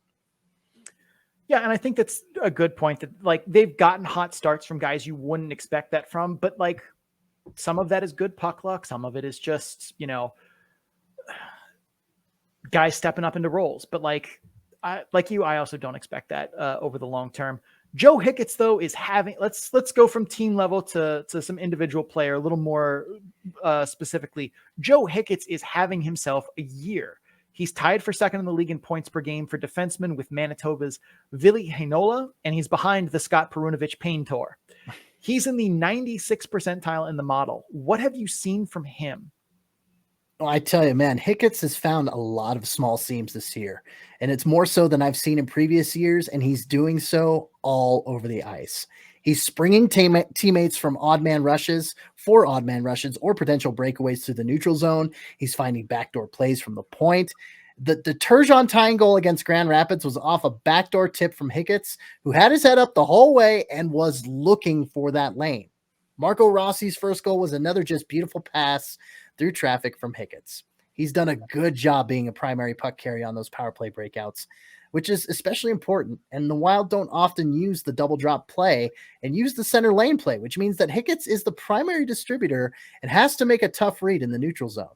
He's executed that role very well. Big surprise, right? He's also still Joe Hicketts, though, and so he's going to be physical and punish guys by throwing his body around. He's just added another layer to the game, though. So let's talk about Milwaukee here. CC, tee me up a little bit because I want to talk some Milwaukee Admirals. Yes, I figured you were kind of chomping at the bit for this. Saturday against Iowa, the Admirals gave up 43 shots on goal. Wednesday against Manitoba, they gave up 60? Connor Ingram, poor Connor Ingram. Oh my God, what's going on? A lot of things. Ugh. Hold on, I got to pace myself here because this is a lot. The defense is defending their blue line in transition in the crappiest way possible. They regularly have the sloppiest gap control I've seen on film in professional hockey in North America in some time. B, their forwards seem to have no idea where their responsibilities are in the defensive zone, especially on plays going low to high, as there are wide open passing lanes to wide open attackers that should be filled by forwards. C, their forechecking in the neutral zone is doing basically nothing to pressure puck carriers, primarily their second and third forecheckers who are regularly just standing around in the neutral zone, not covering anyone or even useful space. D, they're looking like they're either exhausted and don't have the legs to skate or are just flat out late making reads, which amounts to the same thing, them being late to defending pucks. E, they're recovering dump-ins and cleanly controlling pucks off the wall like absolute ass, which gives forecheckers extra time to get pressure and force turnovers, which is exactly what's happening. F, in the defensive zone, they're doing a decent job of tying guys up in front of the net, but are losing foot races and board battles for rebounds, which means second chance opportunities for the attacking team, getting them pinned in their zone more often. G, their breakouts have been glassing out or one past the neutral zone and dump and change, which essentially just punts possession to the other team, which combined with their crappy forechecking isn't helping them do anything more than delay the inevitable. I'd say their defensemen need more short support on breakouts from wingers instead of wingers pushing the pace out of the zone, but the defense is routinely getting tunnel vision even during good breakouts with wingers open. So they also have almost no weak side support, making it easy for opposing teams to just swarm them in the neutral zone because there's no cross ice threat half the time. That's extra bad because Nashville does that very thing well, has weak side support. It's usually Roman Josi, but it can be anyone. So not only are you in a bad place just inside your own games, you're also not prepping things for stuff that Nashville does routinely. H, they're taking an insane amount of penalties and giving power plays to teams like their leftover Halloween candy the second week of November. 25 times they've been shorthanded in the 4 games in November. I want to repeat that because that bears repeating. 25 times they've been shorthanded in 4 games in November. That will always tip the scales for shots allowed. I'm running out of alphabet here. I was just about to say, would you like to buy a vowel, Sean?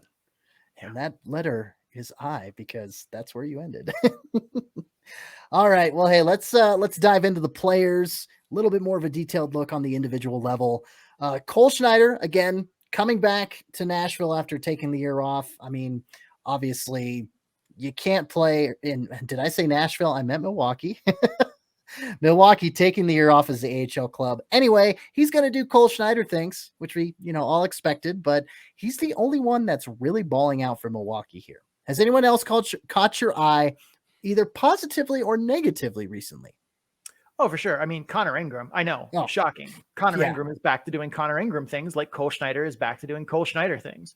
Maybe this time EA Sports will notice, but I doubt it because, and this is true, EA Sports sucks at making hockey games.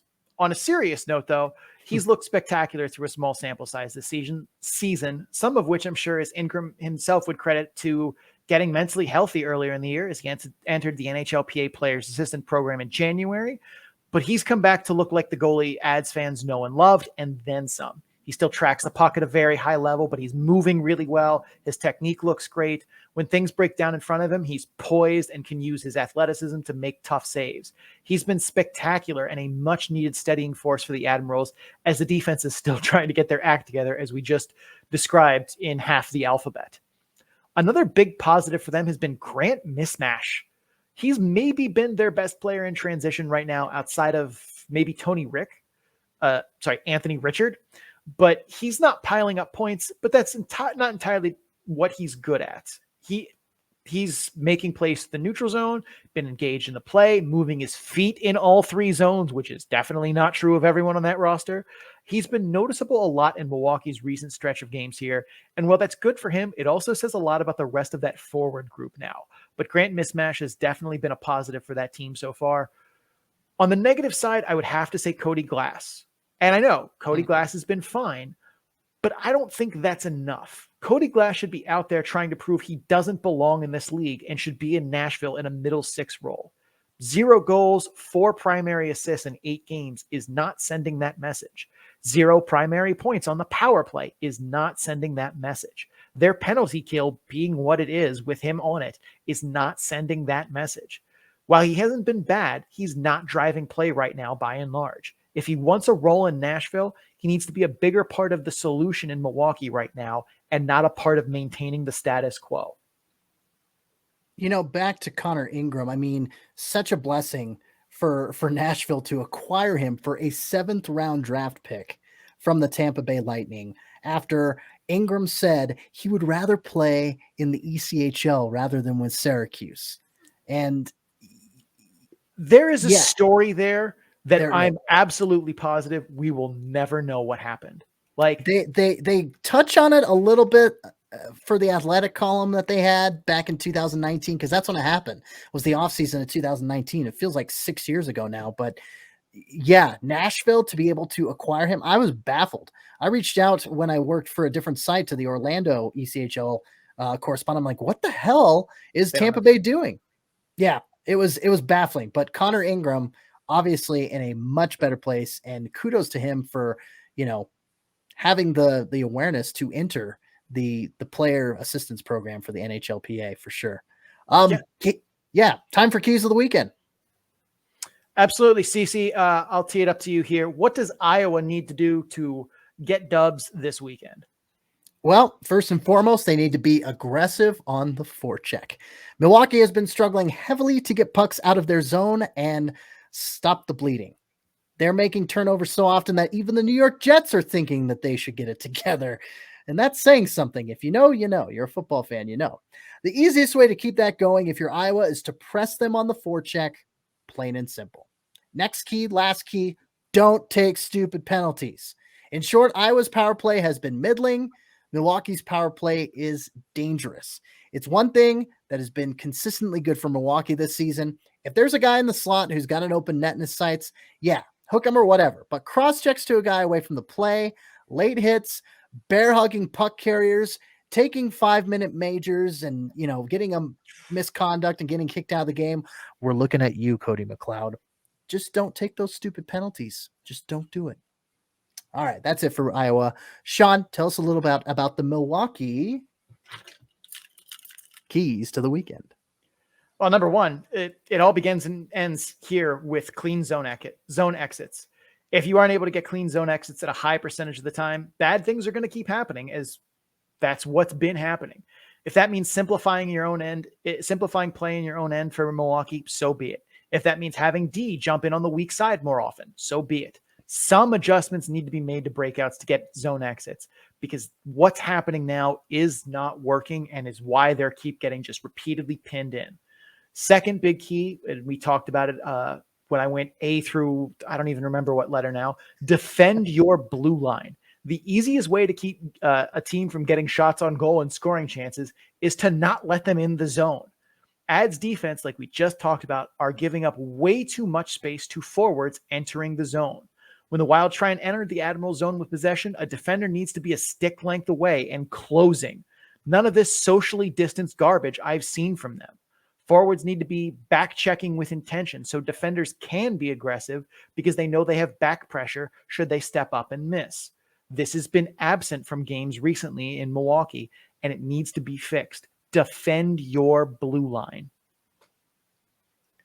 That's all we've got to say about that. It is time for our picks, and I think I'm going to go first. I'm going to say, come Saturday, I think the Wild are going to squeeze this out. I mean, it's in Des Moines, so I think they're going to Saturday at 6, I think they're going to get that victory in Des Moines. And Sunday, yeah, I've been sighing because I can't quite figure out what's going on Sunday. And I know we lost video again, but yeah, Sunday, I'm going to probably say Milwaukee. We'll go with Milwaukee on that.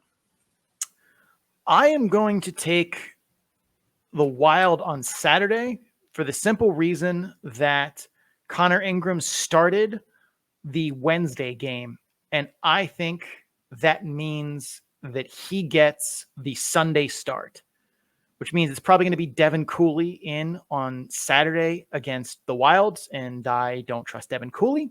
So I'm going to take the Wild on Saturday, and then I'm going to take Milwaukee on Sunday.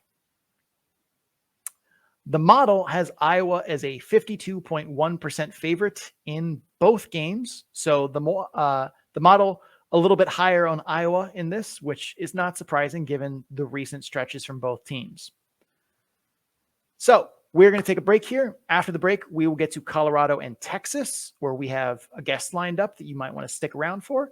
If you're just here for Iowa and Milwaukee, thank you for stopping by. Don't forget to subscribe wherever you're listening to us from so you get episodes in a timely fashion, like Tuesday morning when we'll be back to break down the weekend that it was.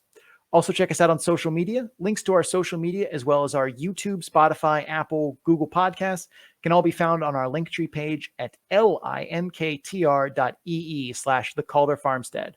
We're going to pay some bills. We will be right back. All right, we're to our last series of the program right before the speed round. And usually it's reserved for the Pacific Division, which one team is in the Pacific Division, at least for this season before they go over to the Central. At least that's what I've heard through the grapevine. But the Colorado Eagles and Texas Stars are going to be facing off there in Cedar Park this weekend. You've got Friday and Saturday, 7 p.m. Central Time in Texas, as I mentioned, Cedar Park. But before we get rolling, we've got our second guest of the night, second and last guest of the evening for the Calder Farmstead. He is an old friend, an old hockey friend. Him and I wrote together at thesinbin.net. May it rest in peace. He wrote there for 3 years. I was there for 3 years as well. But Cam covered both the Texas Stars for a couple years and the ECHL's Tulsa Oilers. So he's a pretty well-rounded individual in that regard. And then he took time off to help launch the UFHL, the Ultimate Fantasy Hockey League. He is the owner and business operations guy for the North Stars, and it is a very high-stakes league. And it's an exciting venture that he's done. He also does an Okie on hockey as well, but he just recently started again hockey writing for the Texas Stars for Full Press Hockey, and it's good to be working with him again. He has been a friend for, like I said, a number of years. Welcome to the program, Cameron Turner. Cam, how you doing tonight, bud? Doing great. Thanks for having me on. How are you guys? Doing good. Yeah, doing very well. So, all right. Well, I tell you, the Stars and the Eagles have already faced off a couple times this season in Loveland. 2-1 Colorado victory on Tuesday, November 2nd, and 4-1 Colorado victory on Wednesday, November 3rd. Cam, you were diligent enough to cover both of those games, and we will get there here momentarily on some of your observations from that. But first, Sean has a little bit of an announcement that did affect Texas directly. Yeah, they ended up with a new broadcaster, John Peterson, after spending 6 years at the ECHL level between Kalamazoo, Tulsa, and Evansville, plus 2 before that with Austin in the NAHL. A lot of Austin Bruins things happening on our podcast today. Mm-hmm. JP gets the call up to the AHL, joins some other more recent former ECHL guys like Brian McCormack, who went from Idaho to the Henderson Silver Knights, Jared Shafrin, who went from South Carolina to the Ontario Reign, otherwise known as the Black and Silver Bandits, and Mark Benetti, who went from Rapid City to Stockton for the Heat. Yes, and kind of an interesting thing because Cameron, you worked with JP down there in Tulsa with the Oilers, and yeah, you got to spend a little time with him before Zach Reynolds took over the mantle when John went to Kalamazoo. But it's odd. Things kind of come full circle around here. You know, it's kind of reminds me of Neil Graham, Idaho, me covering Idaho, and then he goes down to Texas. But this is in the booth, and so you get to work with PD a little bit now that you're covering Texas again. Yeah, I'm excited about that. A great guy, wonderful broadcaster, multiple time ECHL broadcaster of the year. I was lucky enough when I first started breaking in, before I even got with Simbin, I was doing my own thing on Instagram and Twitter. And JP and Zach Reynolds both were very kind and worked with me. And Zach even is the one who introduced me to Harding over at Simbin. So it's really come full circle, and it's going to be great to have the opportunity to work so closely with JP again. Yeah. And it was perfect timing because, again, you jumping back in after taking a season off, and now both of you have landed with Texas once again. So yeah, that things happen for a reason, and definitely a good coincidence happening there. So with that said, let's talk a little bit about Texas. Team-wise, they are 4th out of 7 teams. I put 6 teams here because I relapsed into last season. But 4th out of 7 teams in the Central Division. They are 4-6-0-0. And let's talk about some of their special teams real quick. So 6 power play goals on 43 chances. That's a 14% even clip. 25th in the AHL. Not so good. 9 power play goals allowed on 50 attempts. On the penalty kill, that's an 82% kill rate. That's 13th in the AHL, so about mid-range. And this is probably one of the weirdest stats I came across. 3.00 goals for per game, 17th in the AHL. Guess what? 3.00 goals against per game as well, and that's 13th in the AHL. So, yeah, even keel, just about a 500 record. Yeah, that makes sense. Shots for per game is 29.9. That's 13th in the AHL. 30.4 shots per game, 30.4 shots against per game. That's 14th in the AHL. Something I noticed, Cam, is that this team seems really average in a lot of ways. And would that be an adequate descriptor to describe the Texas Stars currently? It's absolutely fair to describe the start to the season as average. Like I said, they are exactly even on goals for and goals against. They've split the majority of their series. They've lost both to Colorado.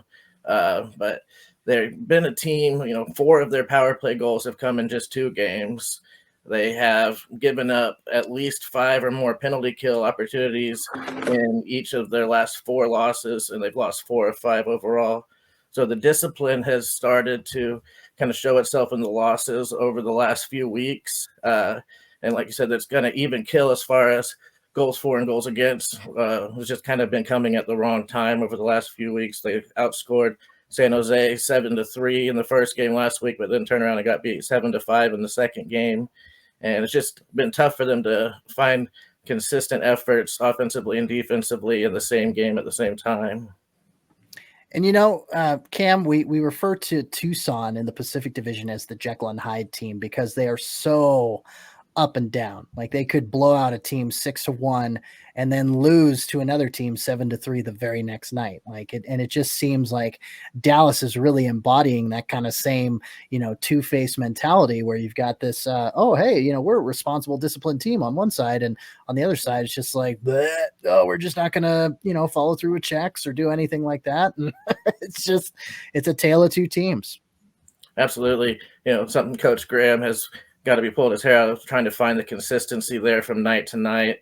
Like you were talking about, they'll go out and beat San Jose 7-3 and then lose to Tucson 4-0 as they did earlier in the season.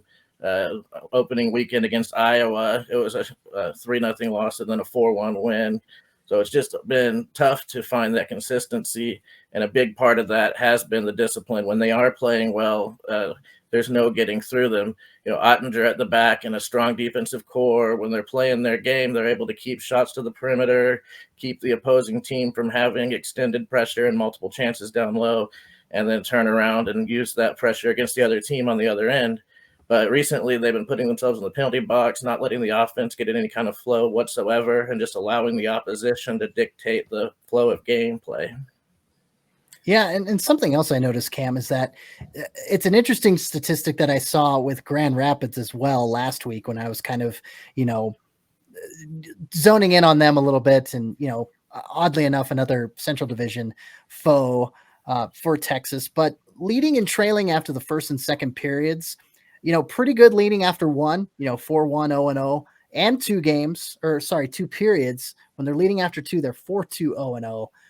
But trailing after one, they're 0-2, 0-0, and after two, they are 0-4, 0-0. And that doesn't bode well for the Stars. Have you noticed that too? Is that, once they come out of the gate and they seize that lead through the first and second period, they're really clicking on all cylinders.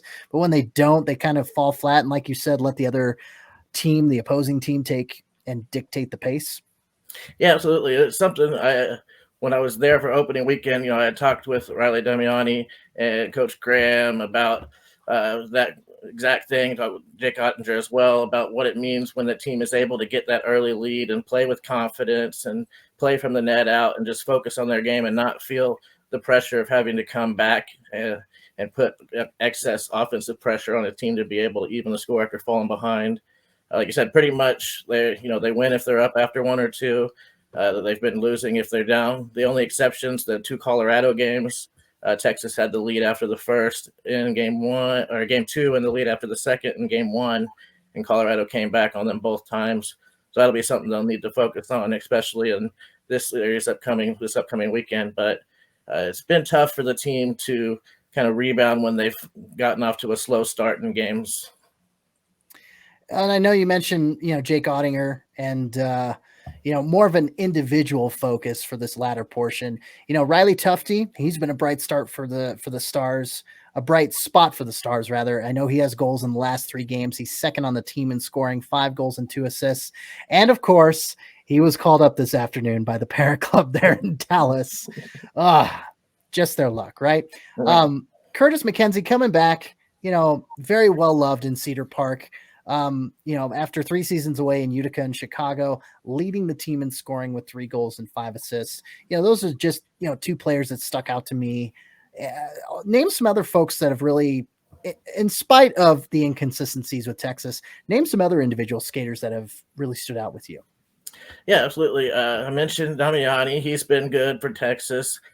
He's got a couple goals and 4 helpers. You got Oscar Bach, who's got 4 goals and a couple helpers.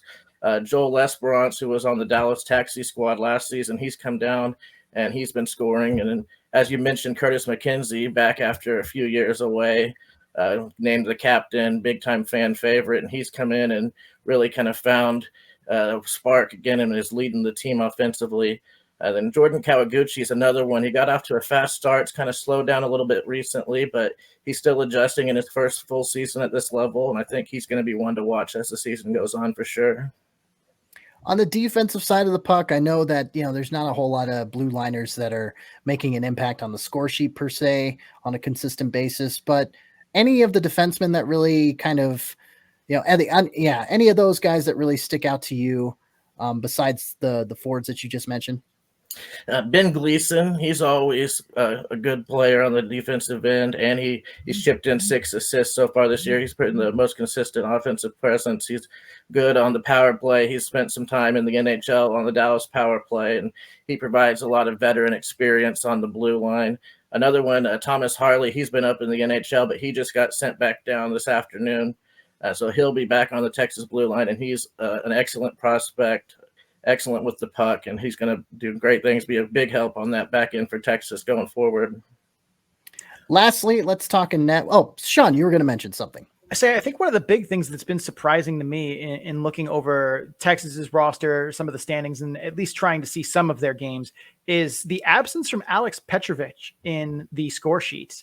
He was someone who was a big part of Stockton's team last year and did a really, I don't want to say career resurgence, but he was someone that I definitely wrote off last year as being just a big immovable object who wasn't going to provide much offense. And Stockton really, he really showed me up in pretend Stockton actual Calgary last year. He did a really good job of carrying the puck through the zone, starting breakouts, being an asset as a power play quarterback. And he has not been that guy for Texas this year, which has been kind of a surprise for me. And I understand there's some limited, playing time to go around. There's been a lot of talent that's come through there. Thomas, the Night Rod Harley, good to see him coming back, but Ben Gleason's been doing a really good job. Andreas Borgman has made some impact. So do you think that Petrovic's lack of kind of showing up on the score sheet has just been other guys are taking the opportunity, or do you think that's been more of he has not looked good? I think it's been a combination of the two. He's definitely behind some guys as far as playing time and getting that consistent experience on the ice, not experience, but time on the ice. And I think he's also kind of adjusting a bit and fitting in and trying to find exactly what his role is on the team. There's been times where he's shown flashes of brilliance, other times where he's shown quick frustration. But I think he's somebody that can be a big part. He just kind of has to figure out what that part is with Texas. Last thing to mention before we pivot to Colorado, but big goaltender room turnover in the offseason, of course, with Thomas Scholl, the patron saint of the Calder Farmstead podcast, heading over to Europe. Blessed be his name. But also having, why am I forgetting his name? Help. Point. Nope. He's still Adam Scheel. No, he's still kind of Jake Ottinger around. No. There's another guy that why am I forgetting his name? Cameron, help me out. Okay. So we got Colton Point. Landon Bowe. There it is. Oh, there it is. No wonder you forgot Landon Bowe. Dallas forgot Landon Bowe. Landon Bowe and Thomas Scholl go overseas. So you have not a whole new room, but you've got Jake Ottinger. And is it Ottinger or Ottinger? Ottinger. There we go. Jake Ottinger and Colton Point are the only guys that have started this season. And honestly, I wouldn't really call Point's one game with 2 goals allowed. And I mean, they've been riding Jake Ottinger for 9 out of the 10 games that they've played. And it's, not a surprise that he has the most minutes played thus far this season. 530 minutes and 51 seconds. The next closest, which is not a big surprise, Eagles goaltender Justus Aunanen, 476 minutes and 18 seconds. Those are some beefy numbers, but I mean, Ottinger also leads the league in losses in 5. Why do you think Texas is riding Ottinger so hard and not even giving Colton Point, a game or 2 more to help out his workload? I think it's partly a directive from the parent club and then partly just taking advantage of having somebody like Ottinger down there who's had a year's experience in the NHL. He's made an appearance in the Stanley Cup final. But it's been something where, the only game that he didn't start was the first game of that back-to-back in Colorado. That's when Colton Point started. But I think the team has just been wanting to see what he does with consistent ice time, playing multiple games a week, carrying the load 90% of the games, and just kind of see what he's able to do, if he's able to build on things, if he starts to, kind of show fatigue in certain times of the year. And I think it's just kind of an opportunity to just kind of throw him into the fire as far as minutes played and just kind of see what comes out. I will say I definitely think the fatigue part of it is starting to show. His last 4 starts, I will read you the save percentages in them. 11-7 was an 800. 11-6 was an 842. 11-3 was an 895. And night before Halloween, 10:30, 789. Those are not good numbers for save percentages for 4 straight games. So I think maybe it might be time to, sneak Colton Point in there 1 or 2, because as we've seen with other goaltenders who get, basically ridden into the ground, cough, Mikhail Burden, cough. Like this is when guys, even as talented as they are in a league that they don't belong in, which I very much think that is Jake Ottinger in the AHL. He should be an NHL goalie somewhere. He's at least qualified to be a 1-beer backup, but it seems like, if I had to guess, there's some combination of inconsistent defense in front of him and just plain being tired. Yeah, absolutely. The fatigue for sure, but also inconsistent defense. There's times where there's just nothing getting through and the team is taking away passing lanes. They're keeping players from taking away Ottinger's vision. And then there's other times where they're just not able to control the slot in the same way. There's traffic, there's rebounds, consistent pressure. And when that happens, the Stars start to fall behind in games and things start to snowball. But I think the consistency of the defense will definitely is something that has come into play. And I think the fatigue as well. And they just recently, this afternoon, Dallas assigned Adam Scheel from Idaho up to Texas. So it looks like they are, looking at giving him a little more rest and expanding the options in the goaltending department. All right, then. Let us switch sides here and talk Colorado. Cece, hit me with some Colorado team view kind of things here. Tell me about the big picture. Sure. In the uber competitive Pacific Division, at least if your name is not Ontario or Stockton, Colorado currently sits 8th out of 9 teams in the Pacific. So they're 4-6-0-1. So aside from that one shootout loss, they pretty much have the same record as the Texas Stars, but they have won 3 of their last 4 and 4 of their last 6 after starting the season 0-5. Special teams wise, 14 power play goals on 57 chances. That is a 24.6% clip, good for 6th in the AHL. 13 power play goals allowed on 49 chances. That's a 73.5% clip. That's 29th out of 31 teams in the AHL. And, I wrote about this earlier on, about 3 weeks ago. Brett Clark was basically fired from the Colorado Eagles because he would not get vaccinated for the COVID-19 virus. And that's occurred a number of times at the NHL and the AHL level this offseason. But you bring in former 8-season plus ECHL Utah Grizzlies coach Tim Branham, and he is tasked with running an AHL special teams. The power play has been historically good for the Colorado Eagles, but the penalty kill, when they don't have the right guy behind the bench kind of tinkering with it, it's not good. Yeah, and you can see that, bringing in a Tim Branham suddenly and have him take part in the special teams and especially the penalty kill, that's not very good. Let's see here. Let's continue on. Let's talk goals for per game, 3.36. That's good for 9th in the AHL. Not a big surprise that they're in the top 10 with all the firepower that they have. 3.82 goals against per game. That is not good. 27th in the AHL. 43.55 shots for per game. That's 3rd in the AHL, and 25.91 shots against per game. That's also 3rd in the AHL. So that was kind of a surprising stat, I thought. And Sean and I were talking about this a little before the program. You have a high shots for per game average. You have a high shots against per game average in regards to not allowing your opposing team to get that many pucks on net. And honestly, as I pointed out a little bit and kind of foreshadowed earlier, to put the bulk of the workload on Justus Auninen. And I don't know, I think Miska's hurt because they called up Trent Miner from the Utah Grizzlies, about a week or so ago. But the fact that Auninen has not looked comfortable in the North American game, really, I noticed that a little bit last season when he was getting some periodic starts here and there. But, the defense, you've got 4 brand new guys in your top 6, Jordan Gross, England, Rob Hamilton from Stockton, you have this new cast of characters on your defensive front as well, and trying to, get some chemistry with Dennis Gilbert and Justin Barron and Keaton Middleton, guys that were with the Eagles organization last year. I think it's a combination of Aunanen just not being comfortable in the North American game and just having, trouble with his defense in front of him, tracking the puck a little bit as well. Sean's like, yeah. But it's a big factor, because with that with that small amount of shots that he's facing for the majority of these games, there shouldn't be as many pucks going in as you think there would be. To finish up here, a couple other stats on a team related note: 1-3-0-0 for the Eagles, leading after the first period.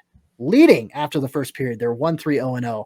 But if they're leading after 2, they're 2-1-0-0. So that's a little variation there. So better to lead after 2 than 1, I guess, for the Eagles. Another thing, they have had only 1 goal and 3 goal games this season. Whether they've won, whether they've lost, they've been 1 goal games or they have been 3 goal games. And actually, the 3 goal games, one of them was against Henderson. That was the second game of the year, 6-3 loss. The other one was against Stockton. And guess what that was? That's a 6-3 loss. So, yeah, 6-3 losses, 3 goal games, but every other game has been 1 goal, 3-4-0-1 when it is a 1 goal game. Oh, there was another 3 goal game, 1-2-0-0. And that 3 goal game that they did win was against, was it against, Texas. It was against Texas. Mm-hmm. Sorry, Cam. It happens. It happens. But yeah, those are my team related observations. And that's what I have for that. I'd also say too that, they've been at least somewhat unlucky in their kind of shooting chances, even though they've had goals and pucks go in. Mm-hmm. As of Tuesday, their expected PDO is 95.19, which is both pretty well below average in not just shooting percentage, but also team save percentage. And their rolling PDO every 2-week trend is well below 100 as well, but it's at least starting to trend up. So they're at least starting to get better shooting luck, which after starting the season, I think they were one of the few winless teams left they were the second to last team to get a win in the AHL. So we're starting to at least see puck luck start to trend at least back towards a reasonable level for them. So yeah, I think that's also kind of a place where you can point the finger and say some of this is, bad execution. It's not understanding where they're supposed to be on the ice, early season jitters, but some of it is just straight bad luck. Yeah, and the fact that, guys that you would think would be there to produce. Barron, Justin Barron and Shane Bowers are both out with upper body injuries, so that's definitely not going to help. And then Ryan Wagner's only played a couple games this season. He's always been kind of a sandpaper guy that can put the puck in the back of the net, more of a solid bottom 6 forward for the Eagles. And, also Ben Tardif, coming, highly touted prospect, winning the Memorial Cup. And he's played 9 games and has been completely non-existent on the score sheet. And they've probably been playing him. Well, they have been playing him more in a bottom 6 role, I should say. And, just the fact that you have that top 6 forwards, and that's, all your guys in double digits when it comes to points, Sakura Newhook, who's up with the Avalanche now, Mikhail Maltsev, Kiefer Sherwood, who guess what is up with the Avalanche now. And then you've got Jordan Gross, who's had a great standout. Well, we'll get to that. We'll talk individual players, but team-wise, when you're so top-heavy on that top 6 in the forward and your third and fourth lines can't keep up, and that's where they're letting in, defensive lapses and everything, where teams score goals, depth is a problem for the Eagles, which is something that I don't normally say. All right, let's shift into that individual kind of look here. Cece, what are you seeing from some of the individual pieces that are going on in Colorado there? Well, like I mentioned, Dylan Sakura was a little bit of a downgrade from TJ Tynan in regards to the top line playmaker for the Eagles, but he's done very well. He's tied for 4th in league scoring, 5 goals, 8 assists. So he's doing really good chemistry wise with Kiefer Sherwood, who Sherwood is tied for 2nd in league goals with 7. Again, he's called up to the Avalanche, but he also leads the league in shots on goal with 53. Shooters gonna shoot. And Kiefer Sherwood, you miss 100% of the pucks that you don't put on net. That's a little amendment to Gretzky's quote there. But the next closest for shots on goal is Anthony Greco over in Hartford, 43. So Sherwood lobbing the puck on the net quite often, and the proof is in the pudding. He's got 7 goals for it too. Newhook, who I mentioned, tied for third in rookie scoring, 4 goals, 7 assists. He's also second in rookie categories, power play points with 5, shots on goal with 30, and game-winning goals with 2. And like I said, he's also called up with the Avalanche, so that doesn't help the Eagles coming into this weekend. Biggest surprise, though, as I mentioned him in the top scorers, Jordan Gross. So he played with Arizona a bit last year in a handful of games. He was mainly taxi squad fodder, which a lot of those NHL, AHL cusp guys kind of fell into purgatory last year. But after 3 assists in his first 5 games, he now has 7 points in his last 6. So 3 goals, 4 assists. 2 of those goals came against Ontario, which was a very close game, 4-3. Trent Miner in net, by the way. So solid outing by Trent Miner, even though he allowed those goals. Excuse me. Back to Jordan Gross, though. He's got 2 power play goals. That's tied for first amongst defensemen.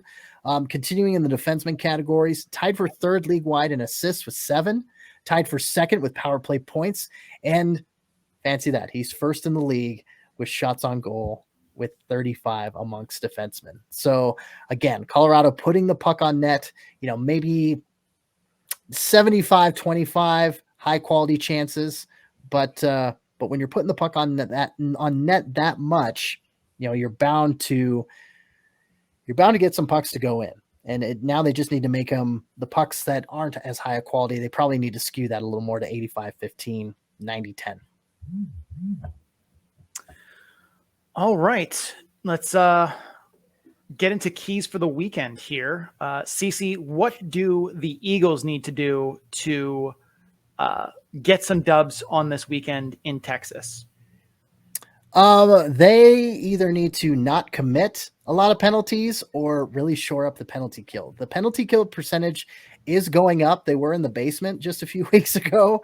But yeah, they're 29th now. They're on the upward trend. They need to continue on the upward trend. And yeah, it's just a matter of clamping down defensively in front of Auninen or Trent Miner and being more disciplined. That's the phrase I was looking for. It's just to make sure that they're more disciplined and that the PK and the defense in front of their goaltender is more solid. Another key, like I mentioned a little bit earlier, is to get more high quality chances on net, not just lobbing the puck on net and hoping for the best, but to really get it in the zone, do the cycle, find your shots. And yeah, again, they're third in the league in shots on goal on average per game. So to get the puck on net, to continue that, but to make it more of a high quality aspect of shots on goal. I think for me, I have one for Colorado, and that's Jean-Luc Foudy needs to get going. This has been a team that is very top heavy so far, and that those bottom 3 lines have really not been kind of pulling their own. One of them has been Jean-Luc Foudy, who is just flat needs to be better. He needs to get more involved in this game. He needs to be more visible. He has not been good so far this season. He needs to find his groove here a little bit. Yeah, 1 goal, 2 assists in 11 games, and I know you don't put a whole lot of stock in plus minus, but -8 by a fair margin. -8. A lot of the guys -1, -2, -3, but he is far and away the worst in the plus minus category, which I know, Sean, you're a big fan of. Don't care. All right, let's kick it to the other side. What does Texas need to do to get dubs this weekend? Yeah, kind of along the same lines where CC started. Discipline absolutely has to be better. The one win they've had over the last 4 games, they only gave up 2 power play chances against. But the 4 losses, they've had 6 power plays against and then 3 8s. The last 3 losses have had 8 power play opportunities against, and each of them can't be doing that against Colorado. Those are too good, as CC has talked about. Another key is going to be containing Colorado when they're in the offensive zone and turning that around and turning that possession into continued puck time in the Texas offensive zone.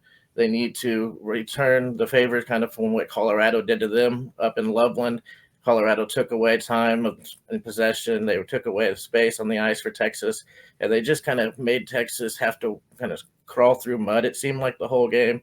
They were never able to get going. Colorado, even though Texas was able to get the first goal, because they weren't able to get any kind of sustained pressure, they weren't able to build off of that.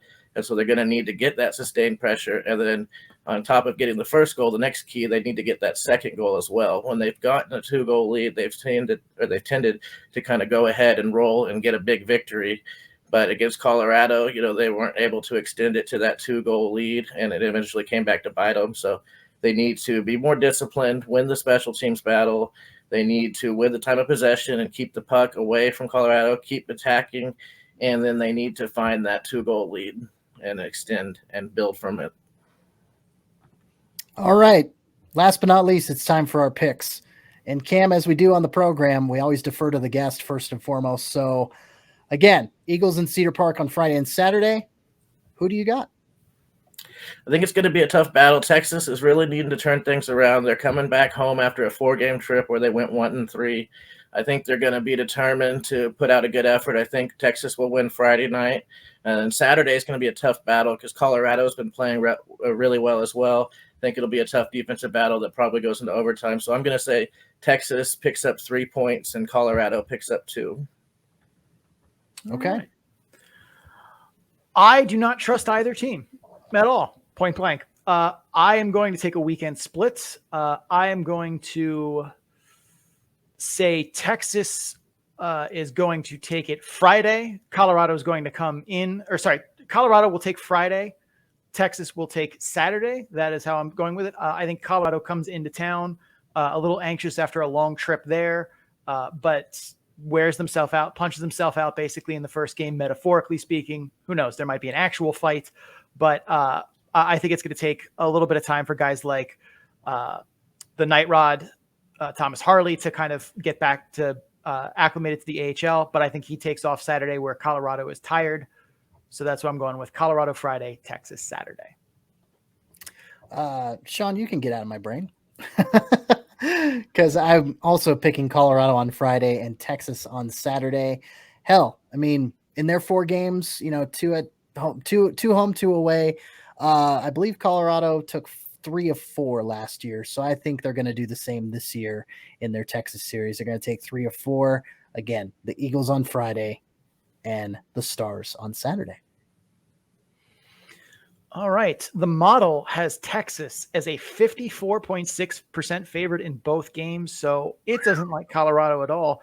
And it is going to disagree with all 3 of us in taking this weekend's picks. But that's all we got. That is all we got. And Cam, with that being all we got, we're going to have to say Auf Wiedersehen, my friend, because it has been great having you on the program and talking Texas and Colorado, but we'll need to say goodbye because we need to finish the show, and we don't want to keep you for too much longer your time. We thank you for joining us, and we don't mind having you coming on and talking Texas anytime, bud. Hey, thanks for having me. It was great. I really enjoyed talking with you guys and love to come back on anytime. Thanks, bud. Hey, we appreciate it. You have a good night, and we'll talk soon. You as well. We'll see you guys later. See you, man. Cameron Turner of Full Press Hockey covering the Texas Stars there. And let's take a break real quick, shall we, Sean? We got to get ready for the speed round. Yeah. We're going to go to break here. After the break, we will get to the speed round where we pick every remaining AHL game. If you're just here for Colorado and Texas, thank you for stopping by. Don't forget to subscribe wherever you're listening to us from so you get episodes in a timely fashion, like Tuesday morning when we will publish our recap of this weekend. Also, make sure you check us out on social media. Links to all of that and more can be found on our Linktree page at linktr.ee/the Calder Farmstead. We're going to pay some bills, run some ads. We will be right back for the speed round. Stay tuned. All right. We've covered 4 series heading into the weekend, and that means let's limber up a little bit. All right. It's time to go into the speed round. All right, first we've got San Jose at Abbotsford Friday and Sunday. Abby's getting guys like Patan back. San Jose looks like a mess. Give me Abby in both. I'm going to pick San Jose on Friday and Abby on Sunday. Next, Bakersfield versus San Diego. Friday at San Diego, Saturday at Baco. Gulls are getting reinforcements here in Vinny Lettieri. Gulls sweep. Oh, wow. I'm going to say Gulls on Friday, Baco on Saturday. Toronto at Chicago, Saturday and Sunday. Toronto's going to win Hutchinson's start. Wolves take the other. I'm going to take Chicago in both games. Cleveland at Rochester, Friday and Saturday. Too much offense in Rochester. Cleveland has been stubbing their toe recently. I'm going Amerks in both. I'm going to have to agree with you on that. Krebs cycle all the way. Manitoba at Grand Rapids, Friday and Saturday. I'll take a split here if Bratstrom starts one of them for Grand Rapids. If Pickard plays both, then I'll go Griffins for the sweep. I'm going to say it's going to be split. I'm going to say Grand Rapids takes Friday, Manitoba Saturday. Henderson at Stockton, Friday and Saturday. Henderson seems like they're finally trending in the right direction, so I'm going to say Henderson on Saturday, Stockton Friday. Stockton's going to keep it rolling. Sweep! Ontario at Tucson, Friday and Saturday. Ontario takes both. Tucson doesn't even get a Dr. Jekyll game in. I'm going to say Ontario takes both as well. Friday, Bridgeport at Laval. Rocket have a speed advantage here. I think they take it. Laval. I'm going to say Bridgeport surprises them on the road. Hartford at Springfield. The Scott Perunovich Pain Tour continues. T-Birds. Got to go with Springfield. Don't! Lehigh Valley at Providence.